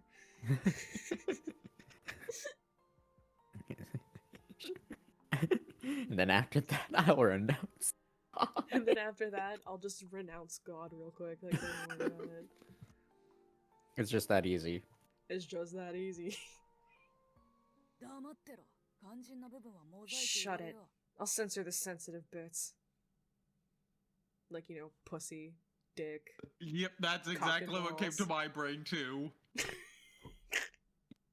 Cock and ball torture. I don't know what you're talking about. He hasn't really been censoring himself at all, so... Right. Okay, but those are like the sensitive bits. Sure. Alright, guess it's time to give the rare accomplice. This rare accomplice of the princess a lecture. I think that's the lowest the text has ever gotten to the bottom of the screen. Yeah. So, Tono, you said it was one of those traditional type vampires, yeah? Suzerain, yes. That's the term I think it was. Meaning, you heard about these guys having a imperfect kind of immortality. I did. Dead apostles can't maintain their bodies without sucking human blood. But on the other hand, they can live forever without aging as long as they continue to suck blood. That's right. Right. But do you really think that's something worthy of being called immortality? Immortality makes you think about something more perfect, right? Creatures that gotta drink human blood to live, whose bodies fall apart if they don't. That's far from perfect. Hell, more so than even humans, you know? That's... It seems like splitting hairs, but he's not wrong. There's no doubt that vampires outclass humans, but if they can't live without sucking blood, then what makes them different from any other living creature? Yeah, true enough. It doesn't matter what kind of external factor it may be. If it brings them death, they don't really qualify as immortal. Damn, you pick things up real fast, don't you? How about taking a seat next to me? I like competent people. You can't tell me that he is not, like, wide stretched, like, arms over the bench. like one arm over, one arm Yeah. over Shiki's shoulders. Yep. He's like, hey. How old are you again? Shiki's like 2 feet tall. 5? Or some shit. How old are you again? 6? I'm 11, just shut the fuck up. Got it. 5. It feels like that sometimes. How about taking... Yeah, I'm good, thanks. But what does this have to do with anything? Despite their flaws, vampires are still eternal.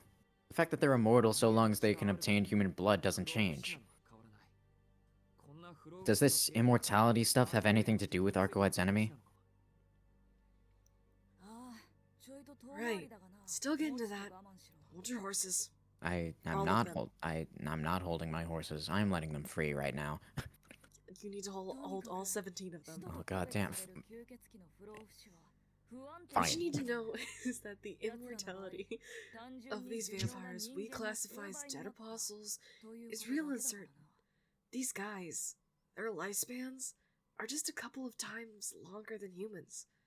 That's all. Okay, for your information, the amount of horses I'm holding is 1, but that horse is in 17 bits.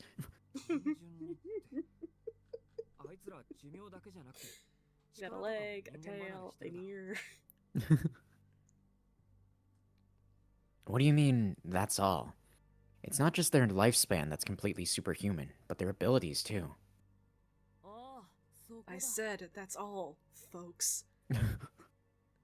Yeah, that's what I mean. Dead apostle abilities ain't nothing more than some skill they had when human that's been refined over a few hundred years.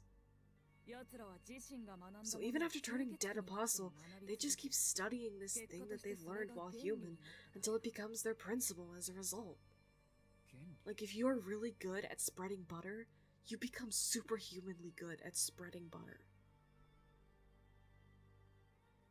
Ah, yes, I see. Principle. That's what Arcueid described Vlov's Fire as, I think. yeah, fire, right? Yeah, I Yeah. think so. I think it was the fire. It was that or either the her fire ice. or it was either the fire or the ice. Yeah, So, something. Well, one of those two. No, I think it was the ice. Oh, because yeah, he kept, yeah. like saying that he was so cold, Right. and like the fire was just a secondary thing that he could do. Right. I think Something like that. something like that. I don't know. The Dead Apostles' thesis, their life's purpose, their undying curse, their sole path towards attaining true immortality. They call these Hemonomic? They call these hemonomic principles, or idea blood. Think about it like if your summer homework wouldn't end even if you spent all your life on it. I don't want to think about that, thank you very much. but I'm making you. Oh god. Everything dead apostles That's do way too much is- algebra, Mario. That's way too much. Fucking algebra. Everything dead apostles do in service of these principles, that they all go about it differently. They go about it differently, course. The truth, English. I don't know why, but that voice makes me like fucking like saliva. Oh yeah, for sure. The truth they study differs from individual to individual, after all. You're doing well. Thank you.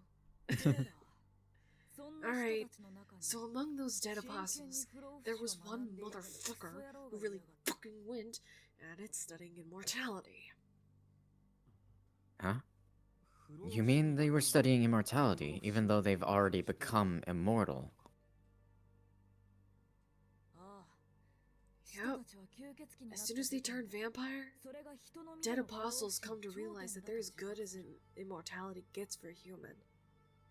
But it seems that to this guy, that kind of felt like a step back. I don't need this flawed excuse for mortality. I'll create something even more perfect. Or something like that.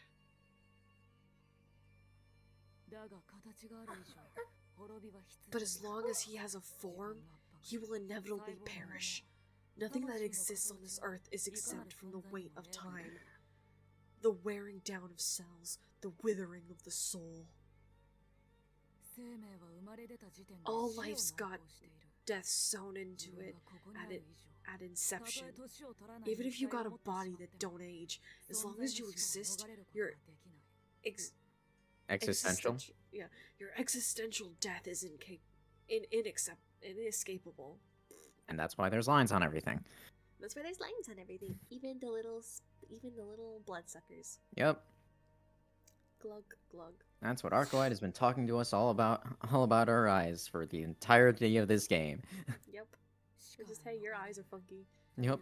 To escape from death would be the same as dying. This fundamental contradiction is unsolvable, no matter how hard you might try. I guess so. Death is the same for everyone. If there was someone who could escape that, then it would be someone for whom death had never existed.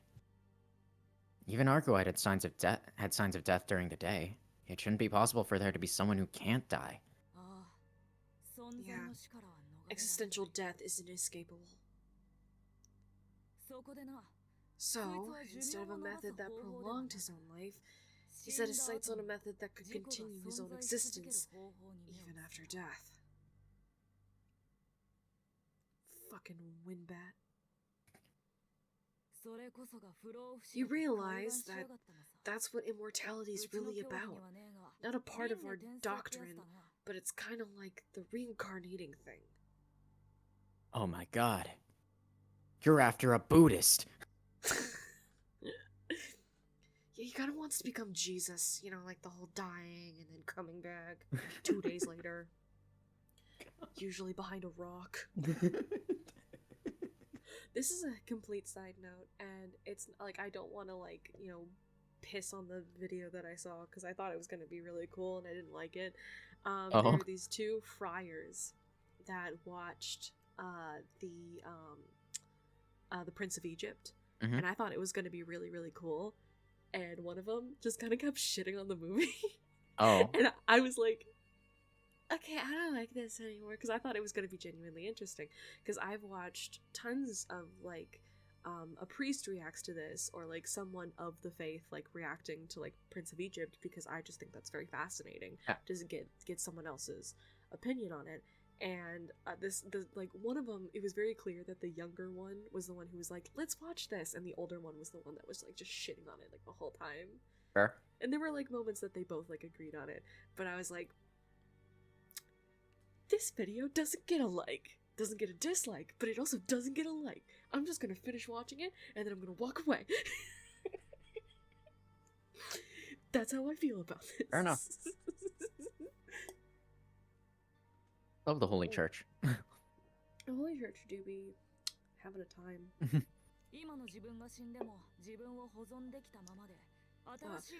So even if he was dead, if he could start anew as someone else while keeping himself intact, he would remain one step ahead of death. There's a movie like that.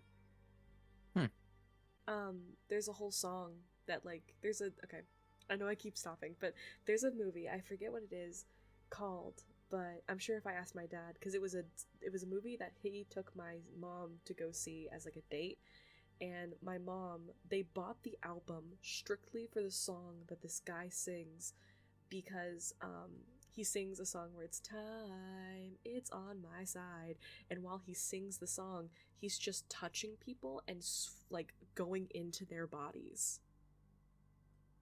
Like, he touches a person, he's now in their body, and then he touches another person, now he's in their body, and it's a demon, I believe. Oh. Alright. And so he can just live through all of these people. Oh, I see.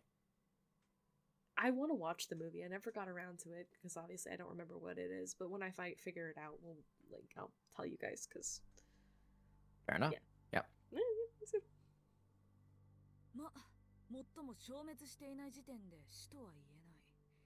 Oh, I guess you could call it death if he doesn't disappear. You couldn't call it death if he doesn't disappear.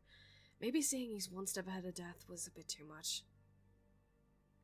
Okay, so like he dies, and then, so he's like wakes up. slightly ahead of. Okay, so he's like a millisecond ahead of death. He gets to say hi to Chiron, and then immediately walk out of the underworld.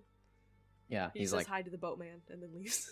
It's like, hey, I don't got the thing. I don't got the drachmas. So he's like, so I'm gonna walk, you know? Can you imagine? Oh my god, if it's the Egyptian underworld, can you imagine he takes his heart and he's like, oh, I'm not gonna put it on the scale.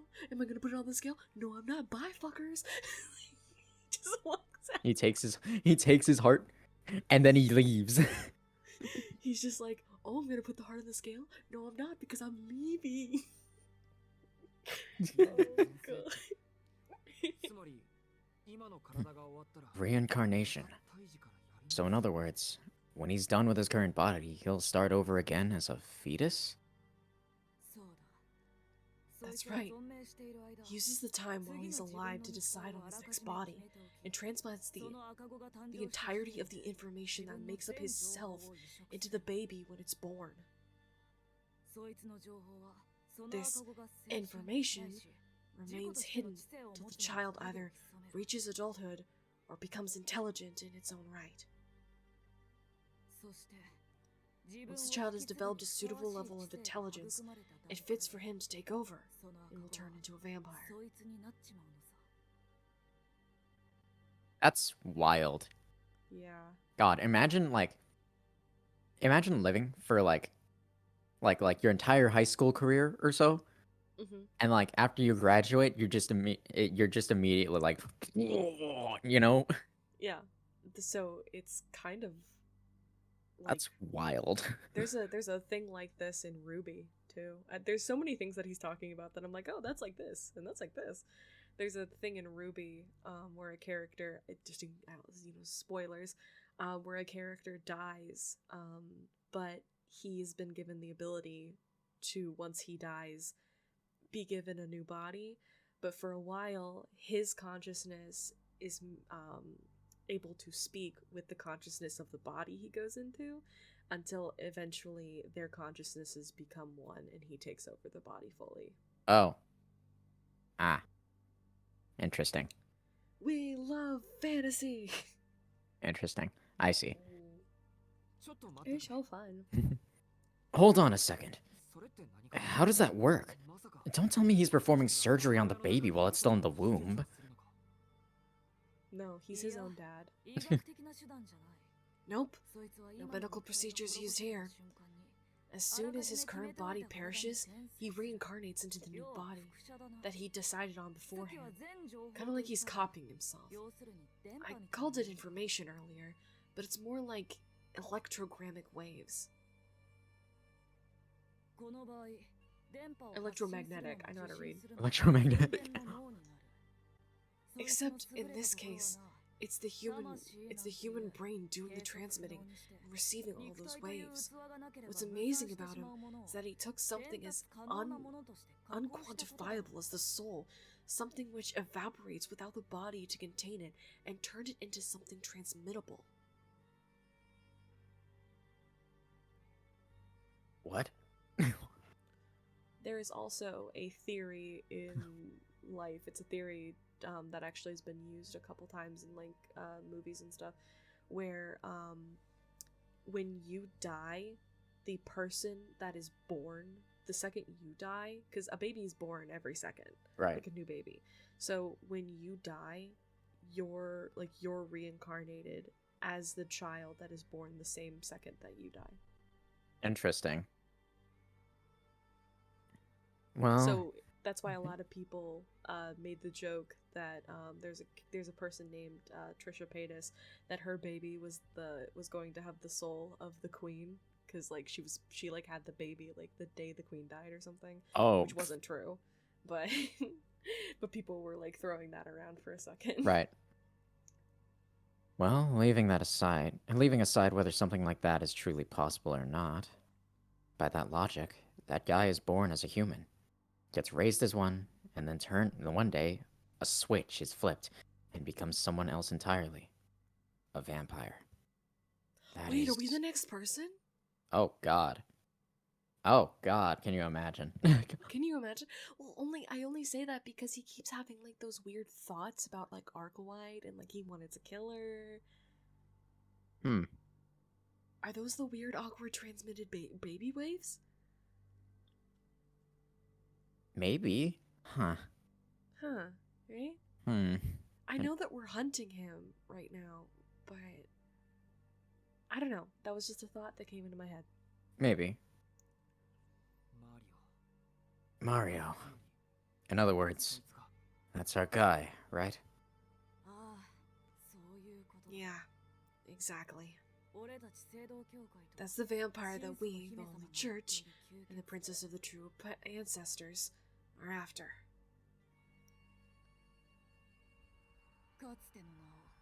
He was formerly named Michael Roa Valdegong. Valdemjong? Valdemjong? Sure. Valdemjong. Now he's the dead apostle known as the Serpent of Alaska, or Akasha. Akasha? Serpent of Alaska. You know, I thought it was weird for it to be Alaska, because I'm like, we're in Japan. When would he ever go to Alaska? But okay. The Serpent of Alaska. The Alaskan Ballworm! He's Not big, the Alaskan- scary, and pink. Oh my god. He's the Serpent of Akasha. Or the Infinite Reincarnator. That okay. second one is really on the nose. Yeah, the second one is really ominous. First one, I understand, because Akasha is another word for the root, which is where everything returns to and comes from when something is born or dies. So, Yeah. So that one's cool. Yeah, so that one's also cool, like in universe. So I feel like these are like this is what happens when like paleontologists. My favorite is the Serpent of Alaska. oh my god. Like the first one, like, you know, some dinosaurs, their names mean really cool things, and then sometimes they just mean Thanos. dinosaur. They just mean dinosaur from Utah. Thief from Utah. Thank you, Utah Raptor. Then you got like Big Claw. Dinosaur from Utah. Utah dinosaur. Yep, yeah, basically. I love it. Infinite Reincarnator.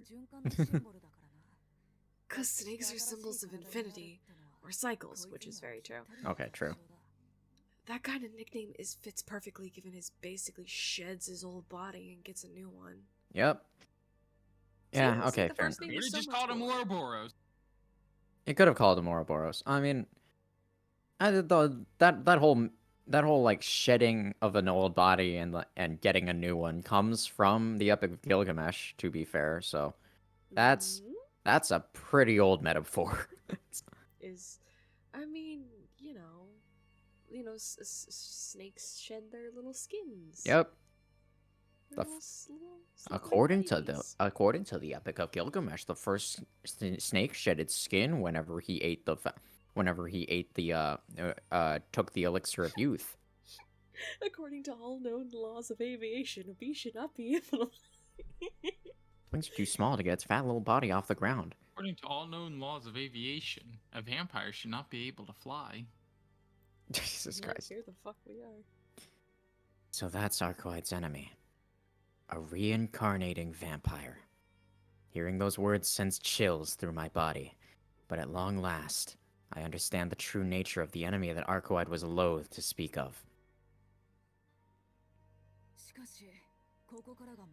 But here's the real issue. Originally, the princess was a tool for killing vampires. But ever since Roa popped up, she's been persistently chasing after him, and him alone. Well, dang. Alright. He did something. He did something. Killed her dad. Killed her dog. Both? Both. Her dad was her dog. Her dad, no, she killed the dad, and the dad left her a dog, and then he came back and killed the dog. Oh, God. What a dick. I mean, he is that much of a dick. Fair enough. To date, Rose reincarnated 16 times. Holy crap. Man's been around. I'm gonna do some quick math. So we're gonna pretend like the average lifespan of a It's like, human what, being- 80? Yeah, it's like 80.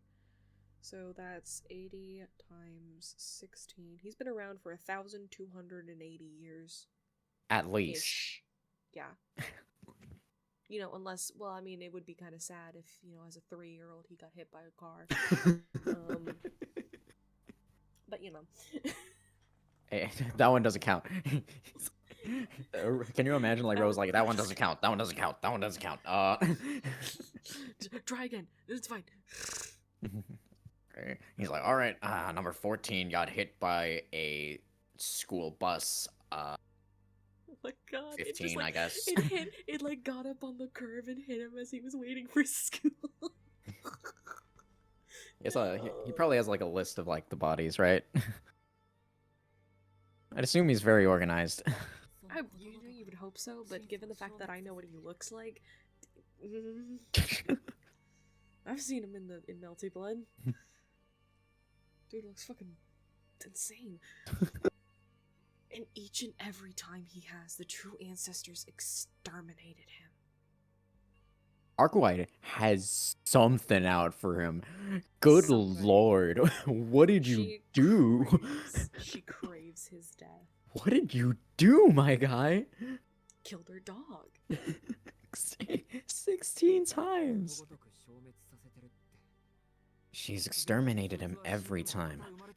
But even if he dies, he still gets reborn, right?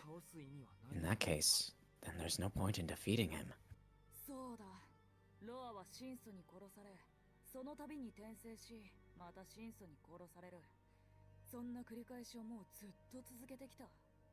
Oh, right, that's me. I heard a male voice. I was like looking down, I was reading something, and I was like, oh shit, I'm being a boy.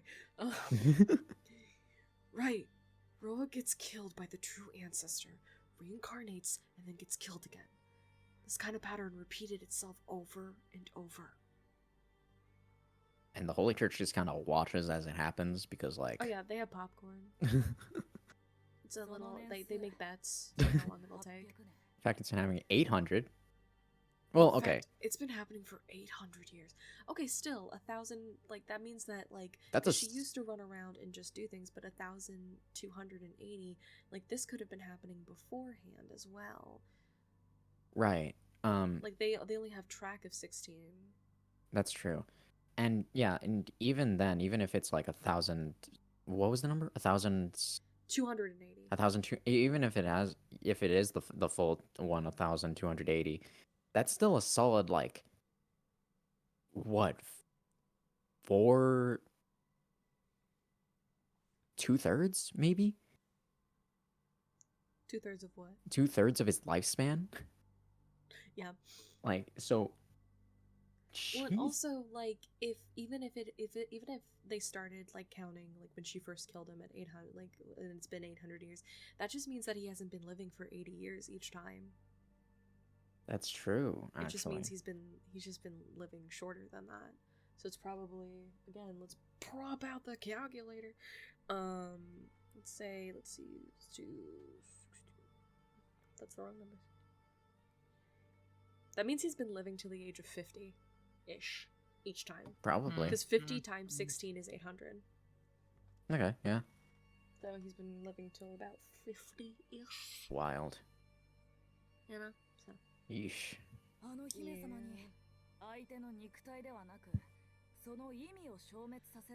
If that princess had the power to eliminate not just the opponent's body, but their meaning too, then that fucking bastard wouldn't have been able to roam around unchecked. Mario's words are dripping with hate. Maybe it's just my imagination, but it seems like he's got some beef with Roa too. Man, what the hell is he doing? He's killed everyone's dog. Good lord. What a douchebag. It was his birthday present too. Jesus. Is that all you had to say? If so... Hold up, Dono. So far, everything's been a freebie. There's this whole thing about hearing the good news and the bad news first, right?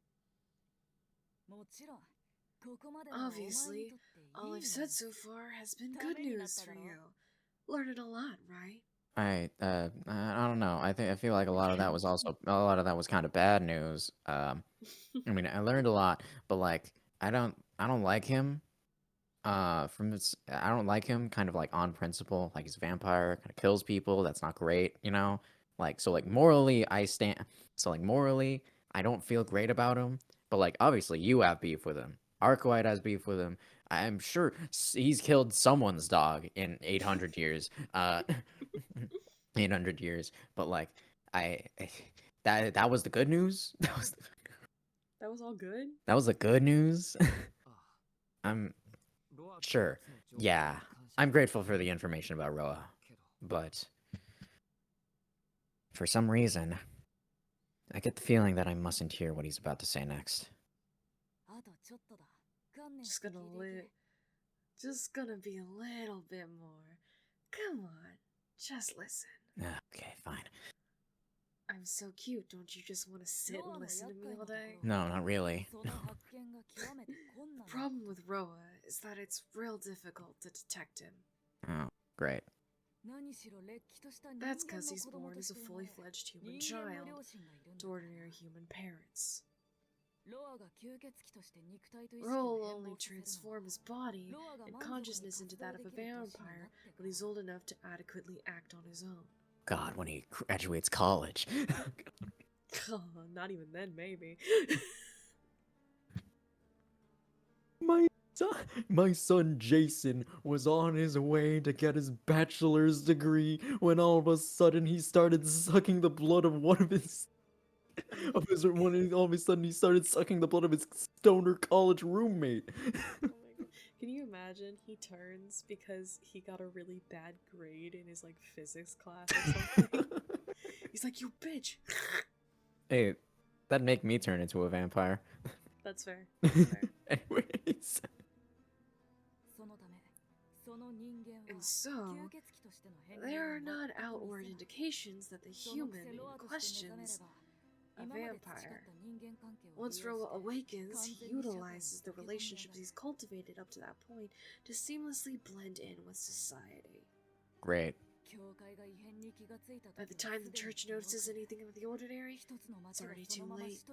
Nothing will be left of the city but a ghost town. I don't know That's what to why we say. blow it up afterwards. I don't know what to say. What he said was awful. I feel afraid just listening to him. What's up, Tono? Looking kind of pale there. Yeah, okay, see, look, I like him less now. See, that's great. That's lovely. I'd like to go home now, please. He's like, can I leave? I have a sister who might give me cancer if I don't, like, go home. Well, isn't that odd? I don't really get it, but that doesn't sound right. They were human when they were born, right? Even if some personality from a previous life were to awaken, wouldn't the body still be human? Really sorry, but that's a no. See, the thing that's reincarnating's not his personality, but his soul. Okay, so it's not just his personality, it's also the soul. So, like, he puts the soul in, like, he gets all these vampire powers, and, like, I don't know, maybe he has a bachelor's degree in, like... He just does a magical girl transformation into becoming a vampire when he comes of age for it. Yeah, sure. I guess so. When someone's had their blood sucked by a true ancestor, it's not just their body that's contaminated by their soul as well. Roll passes on the information that makes up his soul to his next self in its entirety. So even if you're born human, your body will transform into a vampire once Ro awakens. But... what? Kinda like you said, he'd be pretty weak if that was all. If the body that Roa incarnates into is mediocre, then that generation of Roa will make for a useless ass vampire. He reincarnates and he's just like, well, this one's gonna suck for a while. It's like, alright, time to this one. You're like, okay, alright, where's this? Alright, into the road it goes. Trip. He just falls onto the fucking train platform. Jesus. Which is why, during the time he's alive, Ro decided on where to reincarnate next. Ah. He's got two criteria for that decision. Alaska and not Alaska. Oh my god.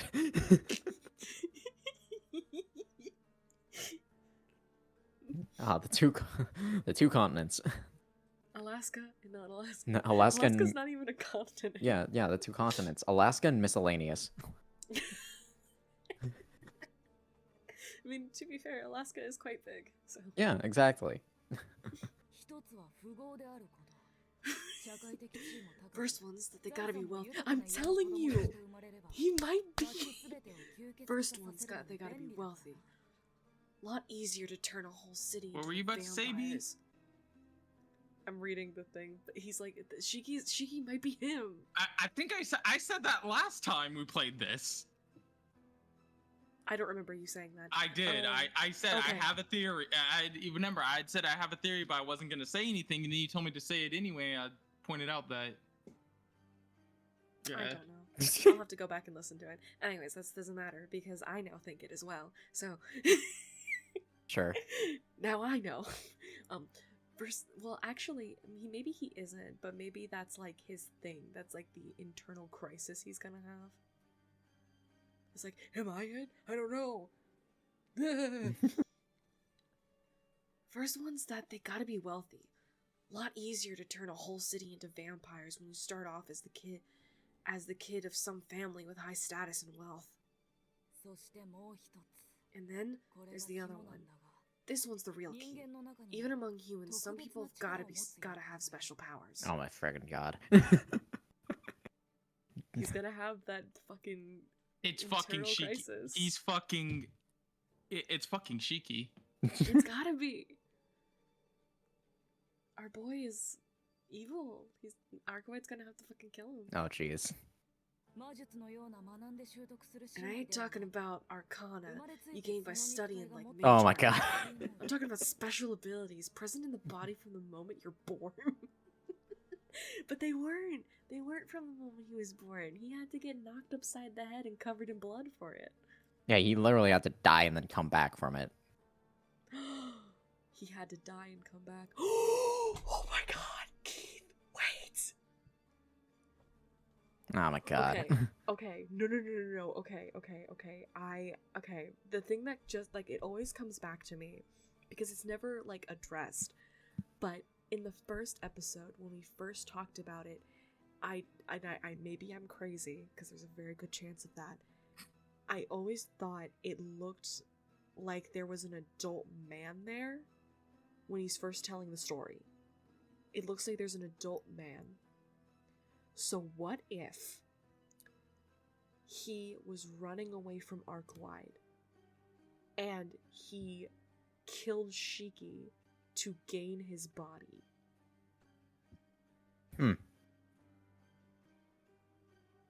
Or something like that. Because I always thought that there was, like, an outline of an adult guy. And granted, obviously they talk about how the parents rush in and they're like, oh my god, what happened? And also, the fact that Shiki keeps being like, Shiki Tono is doing this and Shiki Tono is doing that. Like when we're about to die. Yeah, no, because of him constantly saying remember, that was part of the basis for my theory too. It's all the times he starts referring to himself in the third person, saying Shiki Tono. I was like, there's something with that. It's just that was part of the basis of my theory. Which, I mean, not the whole factor that the whole seeing the adult man, you know, him killing Shiki to get his body. I don't remember seeing an adult man, so. But I'll have to look back at it, but I could have sworn that there looked like there was an adult body. Cause I thought that, like, an adult had, like, attempted to murder Shiki. That was my first thought, but then they never really brought it up, and now they keep saying that there was another kid there. So, okay, the fact that he keeps seeing a dead kid. What if that is Shiki? The thing he keeps seeing is through the eyes of fucking Michael, or whatever the fuck his name is. Roa. And that's like the memory that he's having, where it's trying to unlock in him, and he just isn't allowing it because he's not remembering that moment because trauma. There's a lot. There's a lot. There are things. Keep going, because we'll probably get our answer here in a minute. Yeah, fair enough. I don't know. Anyways, like Magecraft, we talk about special abilities when the moment you're born. They tend to be discriminated against, branded as psychics or changelings. Special abilities like those are psychological, so they're passed down through the family, through their bloodline. Roa tends to pick a member of these kinds of non-human families for his new body. Families that are both rich and renowned while carrying superhuman powers within them. That's the kind of criteria he considers before reincarnating, so... You see where I'm going with this. Tono Shiki-kun. Feel faint. Mario's lips are curled in a grin. Noelle stares at me coldly. There's only one family in this city that meets those criteria. I hear a hoarse noise. The hoarse noise is coming from me. What are you guys saying? Are you suggesting that either Akia or I must be a vampire? No. His reincarnation this time is male. We have evidence of that. There's no doubt that this generation of Roas is the eldest son of the Tono family. Don't understand. I don't understand a single thing she's talking about. Is she saying that I'm Arcueid's enemy? That can't possibly be true. If it were, why wouldn't Arcueid have killed me already? Well, that's because until Rona's consciousness emerges, they're still human. Still, seems things weren't as we thought. This dipshit reports wrong in Roa's reincarnation. Oh. The serpent of Akia is just someone else. Oh, Okay. That's a very flat. Mind elaborating then? Yeah, you're too much of a dipshit. Yeah, wow, okay. My bad. Jeez. Dipshit. Too much of a dipshit to be a vampire. Fine. All right. Fine. I didn't want to be one anyways. Whatever. I don't want to I'm join Roa. that stupid club. I'm a vampire. What if I'm right now? Oh no. Arcueid, please have mercy. Excuse me? Wait. Hold on a minute. He went through that whole elaborate explanation, and now he's saying it's not me? Huh? Did you even read our report? You little brat, do you have any idea how long it took us to conduct this investigation? We're already 100% certain that Tomoshiki is Roa! Like to imagine, like, Shiki's just kind of, like, awkwardly standing there, like, he looks off to the side, looks off to the other side, and he's just like, so, I guess I'm not it. That's, you know, that's great news. That's great news. Then what the fuck is going on with me? It's like, well, on one hand, good news. That's great. That's actually that's actually good news. On the other hand, where is he then? Then what the fuck are we doing? He's like, that's great to hear, but like, we're still at square one. At like, we don't know where he is then. I would really like it if we could at least make it to square 2. He's like, square 3 would be even better. He's like, yo, we're trying to make progress here, and be really great. 100%,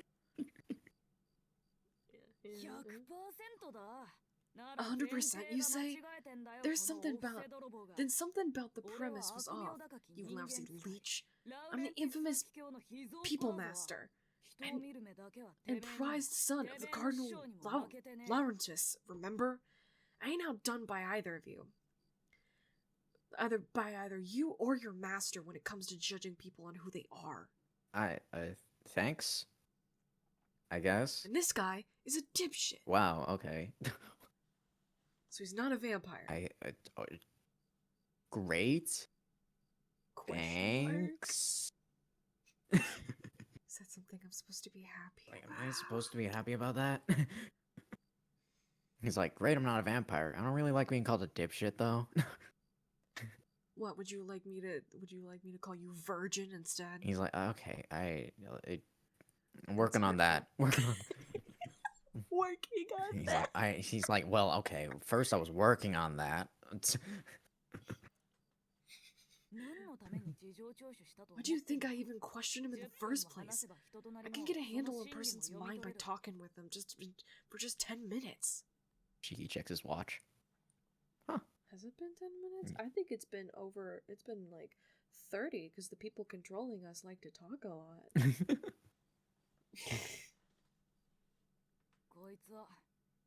This guy, I can't deny he's kinda unhinged. Ouch. He's a decent human, all the same.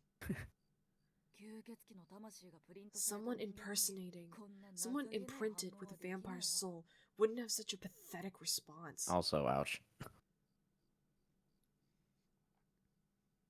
You mean this long conversation was his way of determining whether or not I was Roa? Well, I'm glad he doesn't find me suspicious anymore. But I'm only getting more confused about the boy's character. So, that means... Means we've got no right to do anything to you. Okay, cool. Can I leave now?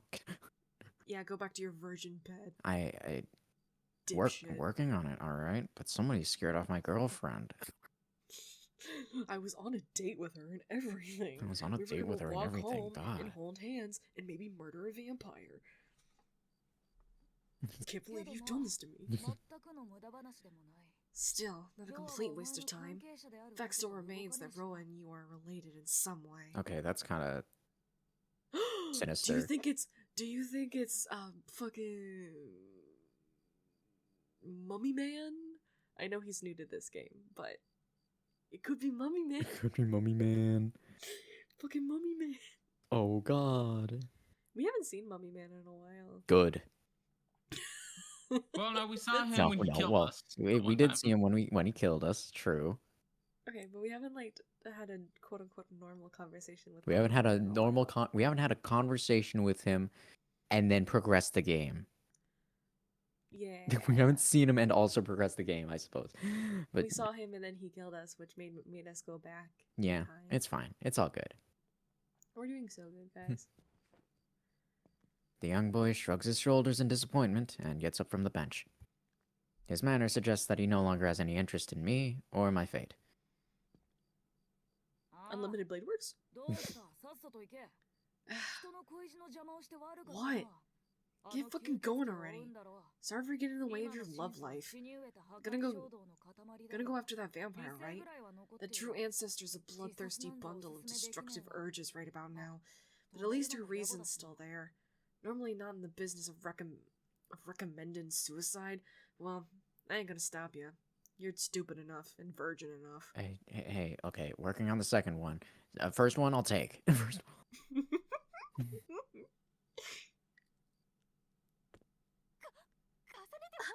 Are you actually serious? Are you actually serious acting, Pressfighter? You're allowing another person to fall victim to a vampire right under our nose? Even if we're to assume he's not Roa, we should at least be protecting him. Yeah, thanks, Sensei. You weren't doing that, like, 2 nights ago. Yeah, Or earlier, might I add. stomach. Or earlier, might I add. She, you just needed to not turn yourself into salt. That goes for you too, Shiki-kun. Do you not realize the monster's true nature, even after she almost bit you earlier? Noelle blocks my path, her hostility plain to see. She must have her reasons for being so opposed to vampires. But whatever they are, I don't care to know them. Just as she knows she has her own unyielding beliefs, I have a person I need to catch up to no matter what. I could say the same to you. We were just joking around earlier. She doesn't suck blood. She's a good vampire. You're saying she's good just because she doesn't kill people? I'd say that's a pretty good thing. Don't be ridiculous. Vampires are evil to humans no matter what.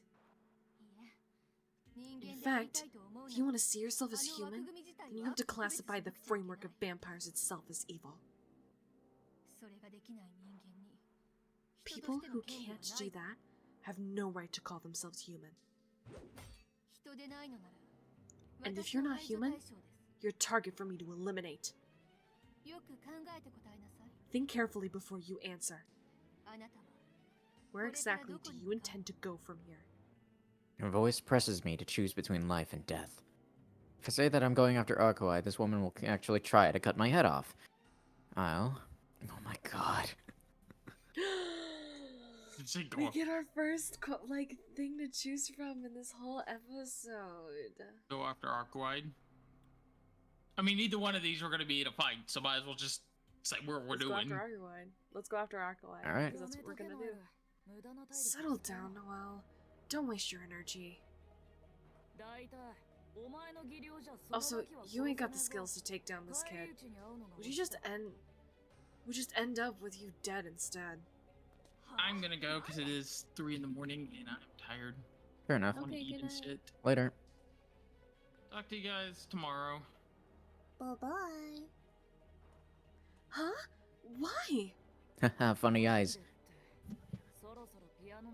Well, because the effects of the piano is about to kick in a minute, that's why. You just fought that princess, remember? Gotta take a month before your limbs will move again. Best to get going to the church while you still can. I didn't understand any. What? What's going on? My body's tingling all over. Oh, there she goes. And onto the floor she goes. The habit-wearing Miss Noelle yields, and as spontaneously as before. This time, she somersaults noisily into the ground. Now, we're left with you. I couldn't care less what Noelle says. It's a very human thing to go out while you can. Wise, even. Could be your last chance to move on like none of this ever happened. We have tried to do that many times. Yeah, we have tried to do that many times. We're bad at it. We're really bad at it. Yeah. It just keeps happening, dude. Every time I try to go back, Arcueid just appears. Every time I try to go to school and think that things are done, someone gets murdered. So I mean, I'm kind of obligated to finish this. She also broke into your house. She also like broke into my house and like, hey, that's how we're on a date. She was kind of on top of me for a very long time. So alright, so you're less virgin-y. I don't know actually. I don't know actually. She was clothed when it happened. And she didn't even sit on you. Well, okay. I don't know that yet. I don't know that, but she was on top of me when I awoke. It's kind of weird. Not gonna lie. When I awoke, her face was a foot away from my face, and it was very strange, and I didn't like it. It was very strange. But also, I did. I didn't like it, but I kind of did. And now we're on a date, but now the date has ended, and now we're here, and I don't like being here, so I gotta go get to my girlfriend.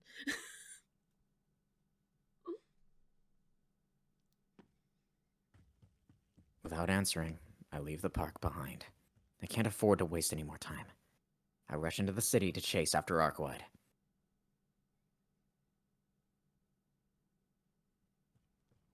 I run at random through the city. I can't spot Arcueid anywhere. The city is too big, and I have no clues to go on. I don't have time to run around checking every corner. I need to narrow down the search area. That woman sticks out like a sore thumb. If I'm in the same neighborhood as her, I'll be able to spot her from a mile away. I'll bet everything on my best guess as to her whereabouts. If I were her, I would go. Save. Because my first thought was to go to the apartment. Because she might be, like, freaking out and, like, trying to calm herself down. Right. That's my thought. Part of me thinks she'd go back to school. That's also something, like, I didn't even think about that until I saw the choice. Because my first thought was just, oh, maybe she went back to the apartment. But why would she go back to the school? Yeah, I mean, I don't know. Something... I don't know. The fact that it has a question mark makes me want to click it. Oh, yeah, for sure. Let's click it. Yeah. I don't know. I mean, it is the source of a very, very, like, recent and comforting memory for her, so... Yeah, that's the other thing. Because, you know, she can be like, this is where we walked around, and this is where I broke in. This is where he told me never to come back. To a downtown back alley is interesting, because that is kind of how they were first formally introduced. Yeah, but I feel like she wouldn't go and sit in a back alley. Right. So, let's go with school first, I suppose. Okay, and if we fuck up, we've saved. Yeah.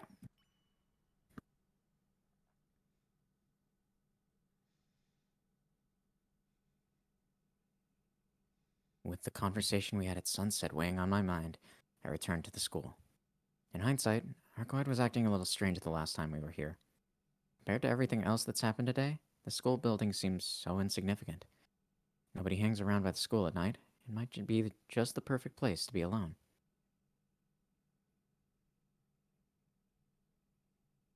There's no signs of people. Not a single sound can be heard. The lights are turned off, and the school building is as silent as the grave. No, there's something. And yet, I can feel something is there in the building. The scent carried on the wind brushes across my neck, sending a shiver down my spine. Oh, God. Go on, Shiki. Go in. It would be a waste of time to hesitate. I enter the school building through the window where I cut the line earlier. Oh, jeez. Spooky. There's no one on the first floor.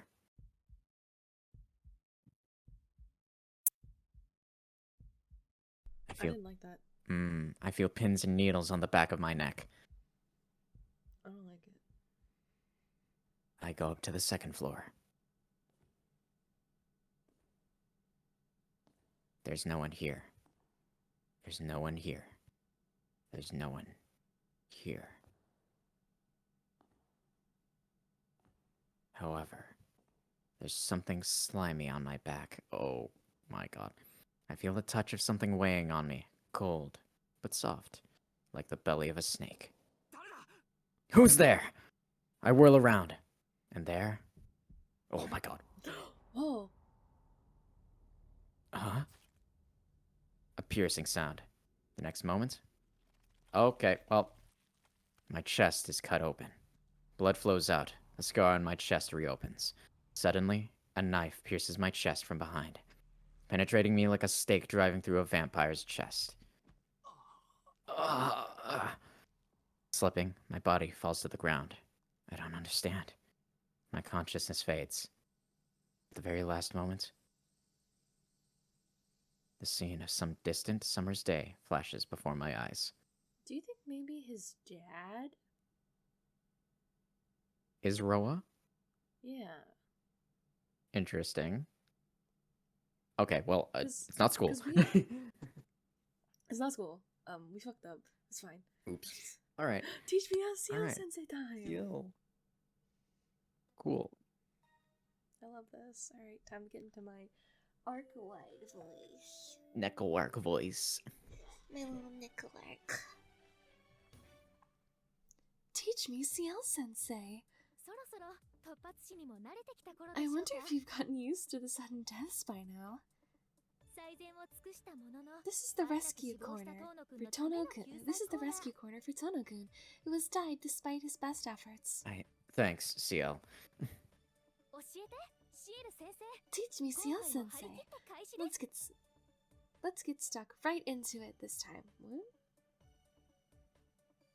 Okay. That being said, this is your standard 3-choice death trap, right? We just have to go back and pick another option now. Shouldn't the rescue corner be about saving people before they get killed? Hey, you know what they say. People die if they're killed. They do. It is quite sad.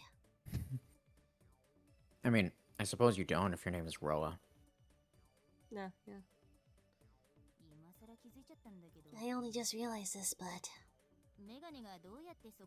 Isn't this corner just us giving color commentary on each of Four Eyes' Untimely deaths? I thought it said ultimately it's something for a moment, and I was like, that's not what that fucking said. Ultimate death.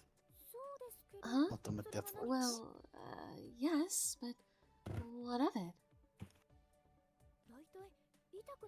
He won't remember if it doesn't hurt, will he? You went right past Spartan straight to sadist. See, this is why I'm not romancing you this time. But you will next time, right? I'm your senpai. Sure, senpai. When your route is fully translated. It'll be so much fun. Just wait a few months. Now then, the cause of death this time is due to Tono-kun entering the school. At night. Alone. Without a senpai to protect him. Without a beautiful, blue, short-haired senpai to protect him. Senpai. Were you gonna call me sensei?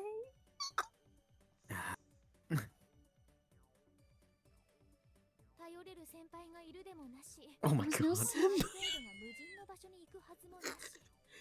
There was no senpai to rely on, and there was no way Arcueid would go somewhere isolated in her current state.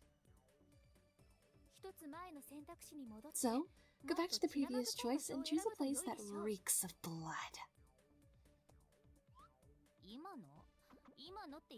In her current state? Did I hear that correctly? CL, do you know that the perfect heroine decided to run away? BQ.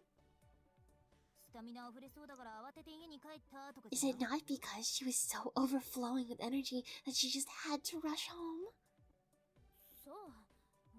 Who knows? I can't really say.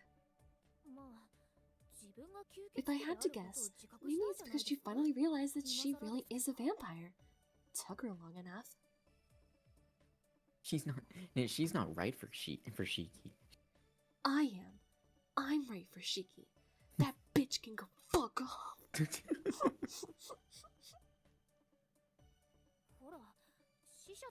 I mean, she barely seemed to be keeping herself in check ever since that rampage in the garage full of the dead. Seriously? She was suffering from a fever. Cuteness. Even back then? Laciel really has no chance at winning. Are you okay? Wanna go back home? India. What? Who said that I'm from India? More importantly, just because your route doesn't mean it's your route doesn't mean you shouldn't get too carried away. I'll have my time. I'll have my time. Don't worry. Don't worry, Shiki. Don't worry, Shiki. I'll make you so many good cookies. You can take me home to your sister. Moments. I won't embarrass you. I swear. You can take me to your sister, and we'll get along, and it'll be great. What if the sister wants to steal him from her? Ew. No. It's not just the adorable Tono-kun, for whom a sudden death is very fitting, that can die, you know? Well, thanks for the compliment. It's okay. Hey. Still not your route. Sorry. It's okay. Come to CL's arms. It's okay. Okay. Alright, senpai. Please, just finish. Wait, did you say fitting? As the story progresses, there is a possibility that anyone can die. Arcueid is no exception. Surely there's no way I can lose now. The good ending's pretty much in the bag, right? Even a newborn Calico Kitty could see that. I see. So what would happen if you were wrong? How silly. That's not gonna happen. I'll stick the heroin row on the next route on it. For the next route on it. God.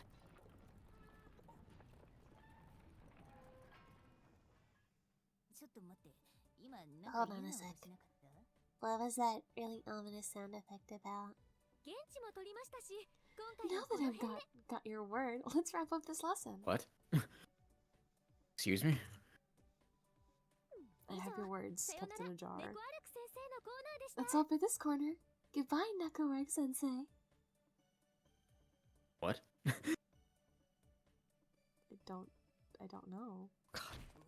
That's the weirdest Oi! thing. Stop with that scary smile. You don't deserve to be a heroine. Thank you, Seal Sensei.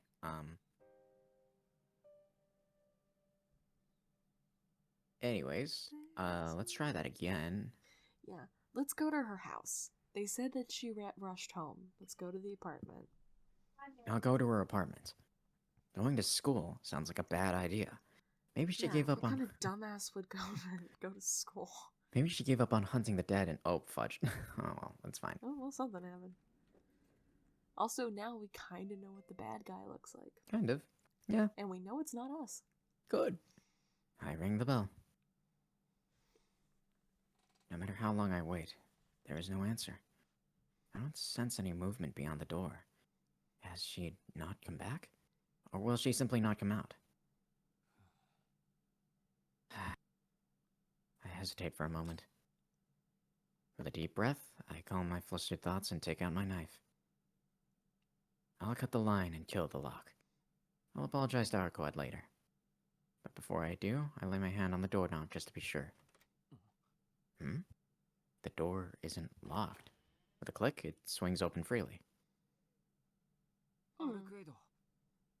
Arcueid, Are you there?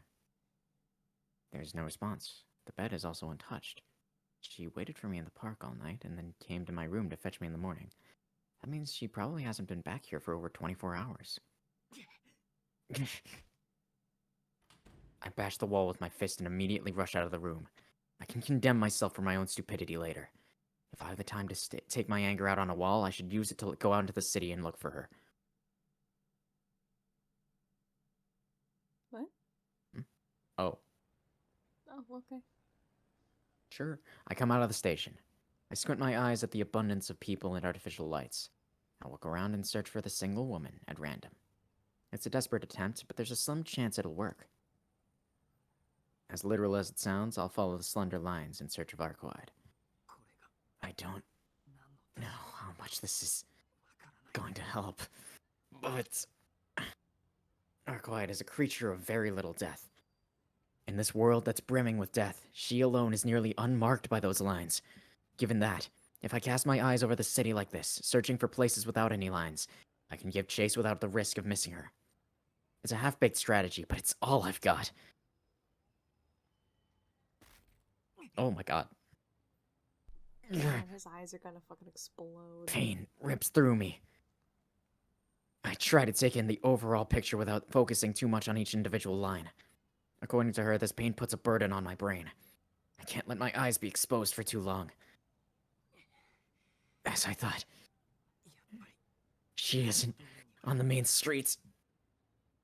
The people walking around the business district all have the same usual number of lines. I don't spot any people smeared head to toe on them, as I had before. I massage my temples with my fingers. My headache will continue to get stronger as long as I have my glasses off. But even so, holding on to the sliver of hope that I see somewhere near, I press on, eyes wide open. It's okay. It'll get a little easier from here. If I enter the empty back alleys, I'll have far fewer lines to contend with. That's why I must quickly head to the dark underbelly of the city. Within that darkness, where even the light of the moon can't reach, it should be easy to spot that white figure.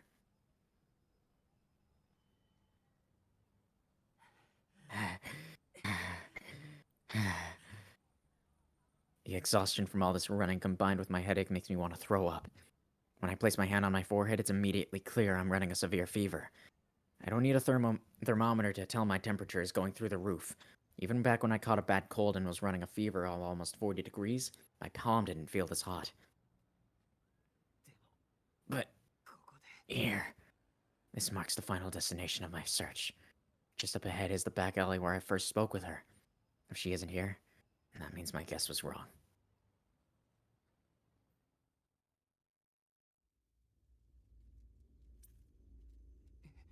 Huh? The moment I step inside, I feel a chill. A chill strong enough to cool even the 40-degree fever in my head. I see something strange. Deep within the darkness, sparks are scattering wildly through the air. No, to be more precise, a great number of lines are swarming together, bursting and disappearing. Don't tell me she's... Those swarming lines of death belong to the dead. If they're being extinguished, then that means... she's fighting by herself? In that state? My fatigue, my headache, my stupidity, and even the chills from earlier are a thing of the past. I push open the rusty iron gate and slip into the dark passage.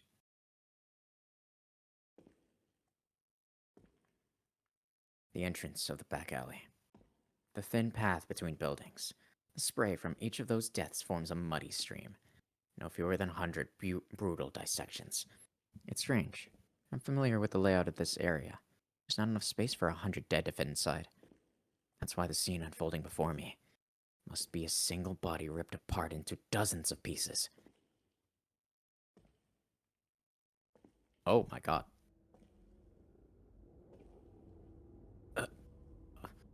I don't know. I don't think about what this all means. The thing that I can't stand is the sound of my spine grating every time I take another step down this path. My instinct rasps like a saw against my brainstem. Stop. Don't go. Turn back. What lies ahead is not the thing you've seen in your dreams.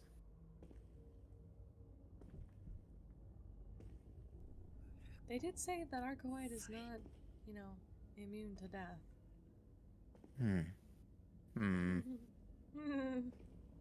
Shut up. I already know that. I won't turn back. I won't leave Arcueid alone. If I were to run away, that woman will get herself killed. Unable to shake that dire premonition, I drag myself 1 foot at a time toward that blind spot laced with death. Inside, not a single dead remains in one piece. My consciousness freezes. The scene assaults my eyes. The ground is awash in red effluent. Only scraps of the dead remain, faceless, arms crushed, guts spilled, senselessly ravaged beyond all recognition. I'm rendered speechless by the suffocating stench of blood and the chilling air of death run rampant. The walls, the floor, no doubt even the moon high above. Everything here is red.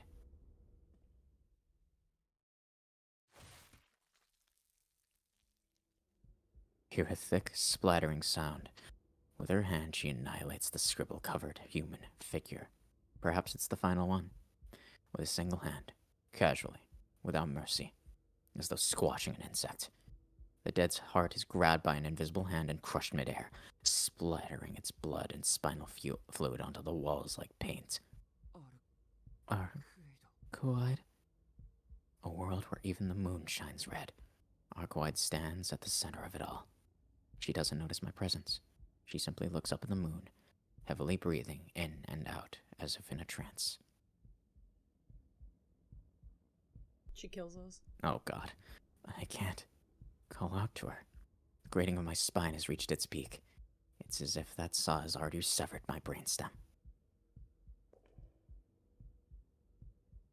I'm guessing we're gonna die.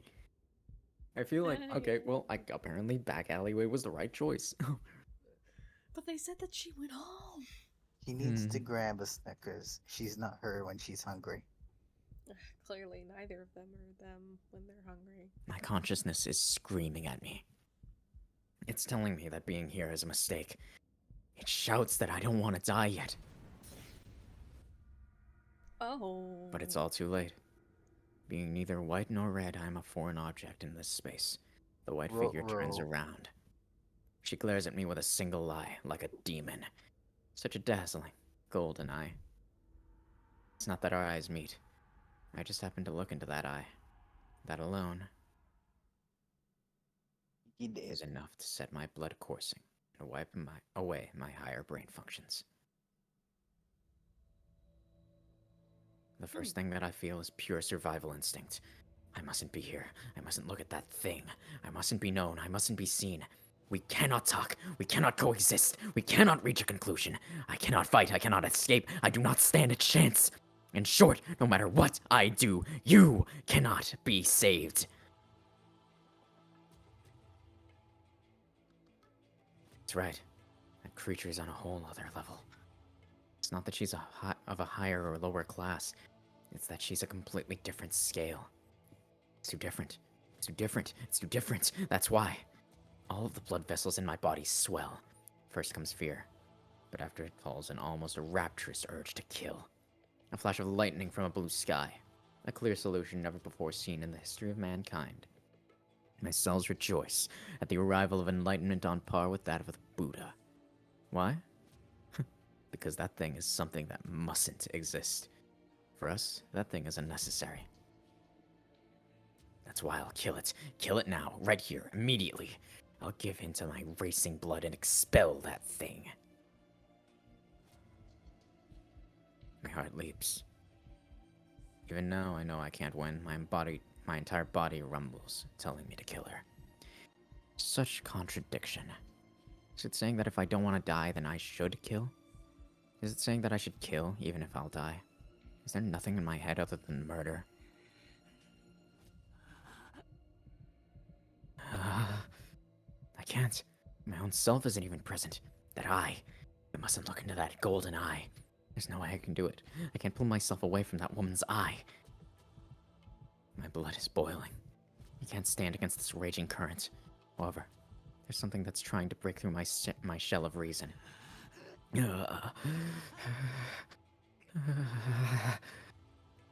What Why do I want to kill her?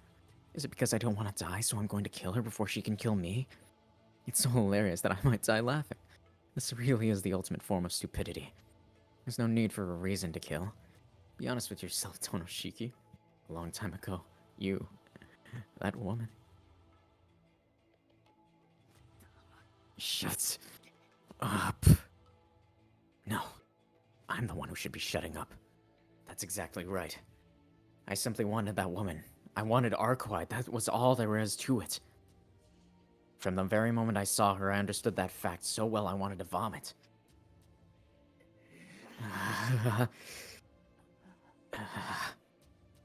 That's right. Every part of me wants her. Even my mind, my body, my tears, my saliva, my blood, my flesh, my lust, and my impatience. My breathing is going mad, and I can barely stay conscious. Golden eye, swaying in the dark. This is something that killing alone won't satisfy. Shiki. The woman's eye returns to red, but at this point, it's far too late. I hear a muffled scream. I don't care. I hold the knife in my hand and press myself against the woman's body. Oh my god, what is happening right now? What? Shaky. Shaky. That's just an R into the knee. There's no strength left in her. Happening right now. Pinning her down is easy. I straddle her, wrap one arm around her neck, and with one arm raised, and with the other raised the knife high in the air. All that remains now is to plunge it down between her breasts in one blow. Calm down, Shiki. Use your eyes more will be dangerous. Disastrous. I hear the woman's voice. The contents of my head are simmering away. Shut up. I tighten my arm around her neck. The woman clenches her jaw in pain. I can't believe this. Even though she's such an incredibly powerful life form right now, she can't even shake off my arm.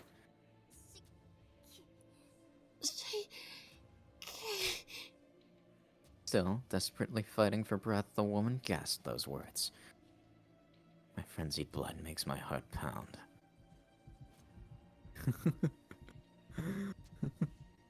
My breathing goes haywire.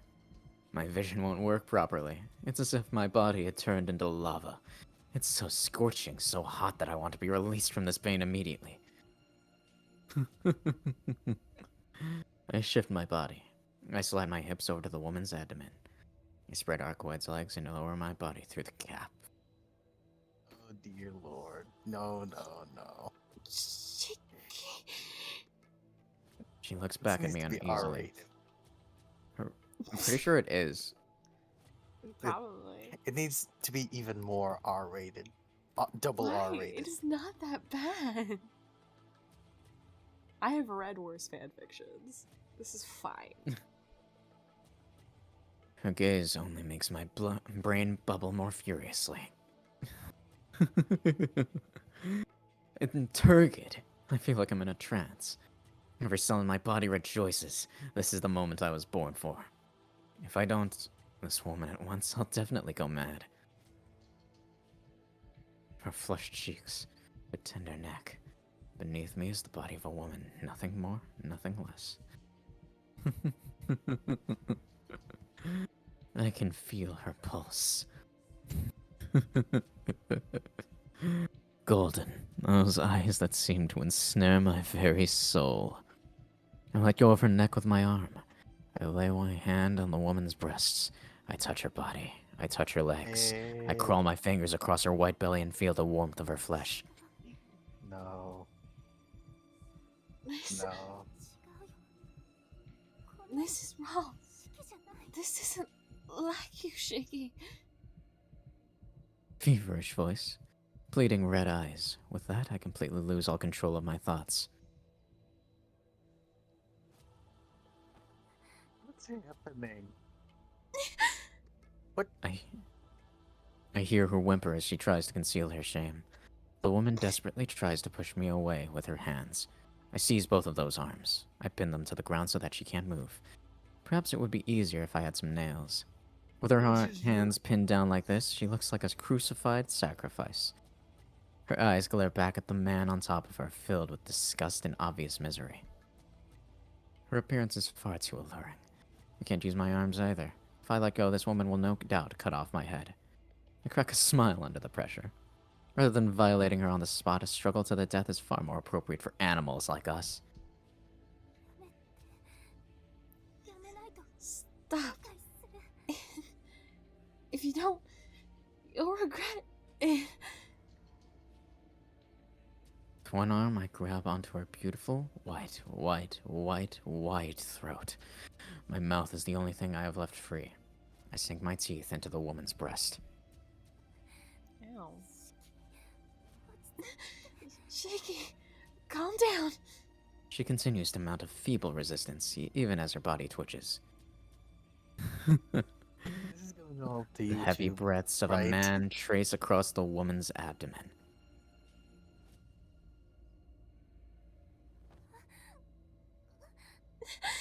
Please, God, no.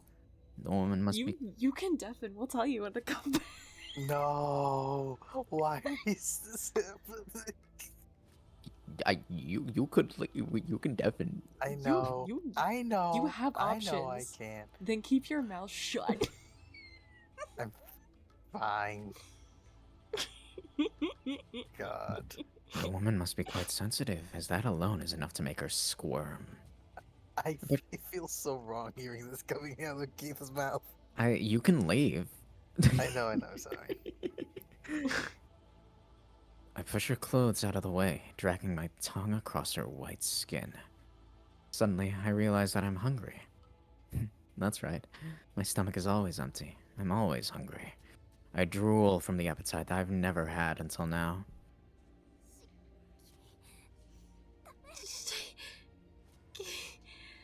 No.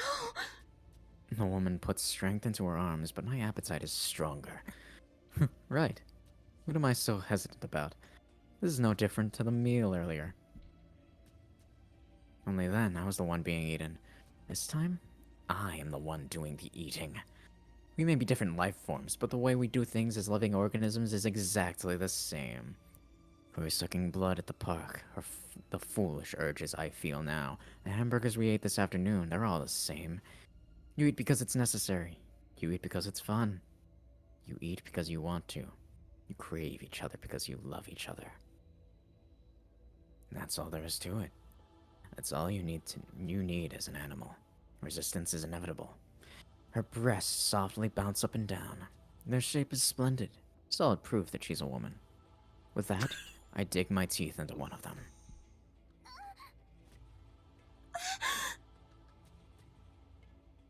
The woman lets out a yelp. She twitches, arcing her body like a drawn bow. It makes no difference. I sink my teeth in further, stopping just short of biting it off to run my tongue over it, relishing the taste.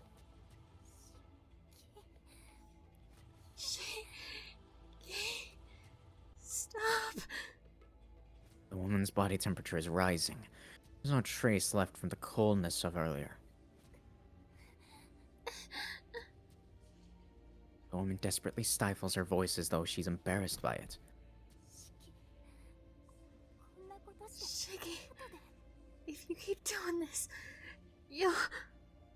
Pitiful voice. My consciousness begins to slip away.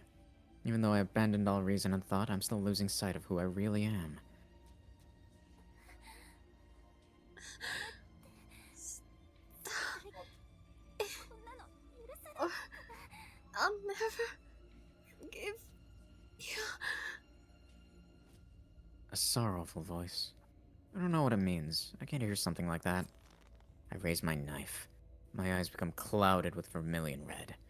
I'm imbued with the same murderous intent I'd been on the receiving end of before. I can't stop my own body. No. Shaky. I'm begging you. A mournful voice, with tears flowing from her eyes. This isn't right. You don't even like me.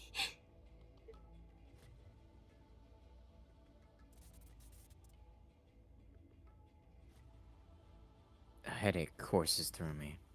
My instincts shout at me to keep going. If I stop here, I'll lose my life. My heart races, knowing that if I don't hold this woman down, she'll definitely come for my head in the future. But she's crying. That woman, who always kept on earnestly smiling no matter what, is crying. I don't believe it. I won't allow it. If it was me, I would have never made her cry. A headache courses through me.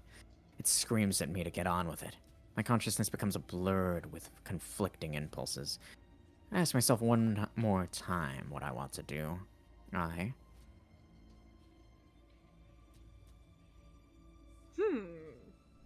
Can we save? We can still save. It's just red. It's just a red screen. I love that. So what do we want to do?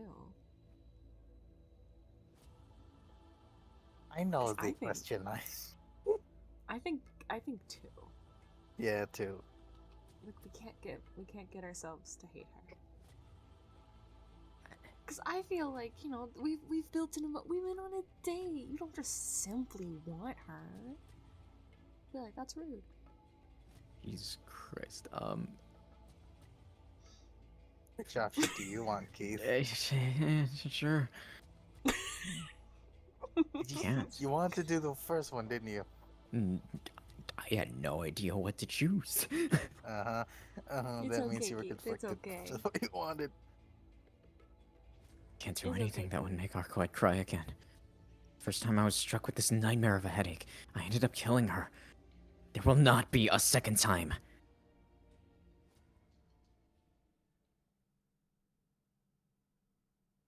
Even if my brain burns out, I will never allow myself to defile Arcueid. Wow.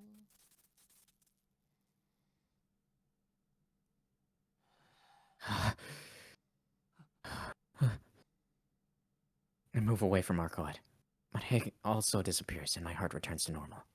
The savage emotions I felt were gone, and I finally come to realize what I've done. How could I? I can't believe it myself, but the memories remain etched in my mind. Pushing down Arcueid, crushing her neck as I prepared to impale her with my knife, and desiring her skin like a beast. I have no words. Arcueid straightens her clothes and stands up. How can I apologize to her? This is not something that can be forgiven with a mere, I'm sorry. Arcueid,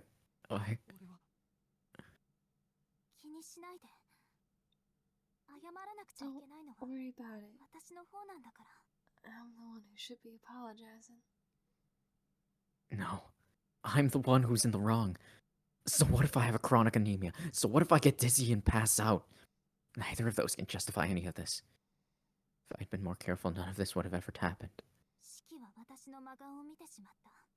You looked into my mystic eyes. There's no way you could have held back. Much before the vampires have the mystic eyes enchantment, a curse that captivates those who look into them. Regardless of how they may feel about me. So it's not your fault. The sexual desire that you felt towards me is part of that. Even though you have the mystic eyes of death perception, you're still a human in the end. Arcueid coldly asserts that it was all because of a curse. But she's wrong. It's true that I went crazy after looking into that golden eye, but it was nothing more than a catalyst. At that time, I truly felt from the bottom of my heart that... Don't get any crazy misconceptions. I wasn't myself back then. I was so thirsty that I couldn't help myself. That's why I took off and went to let out some steam on the dead. You just happened to get caught up in it. I ended up manipulating your body with no regard for your feelings. Even at the park, I was this close to destroying you.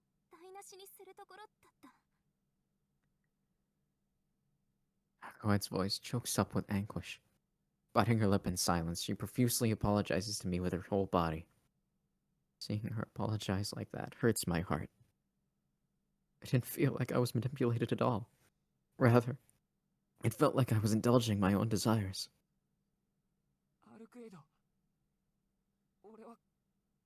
What? I... Don't apologize, Shaky. This was an accident. I'll forget about it.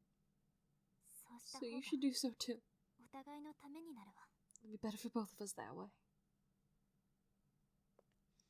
With that, she begins to quietly walk away.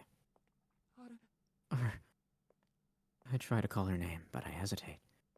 And I try to reach out and stop her with what doesn't move. I'm sorry for giving you such a scare.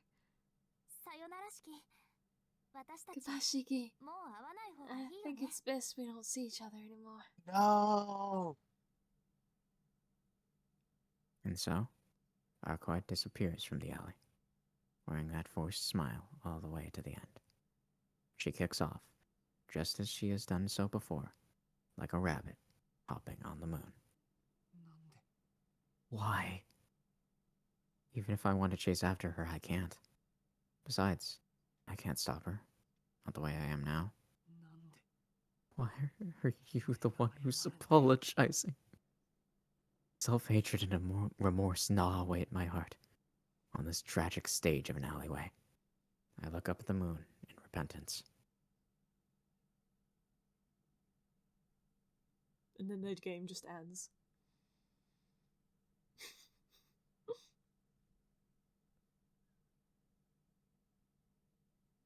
Oh my god.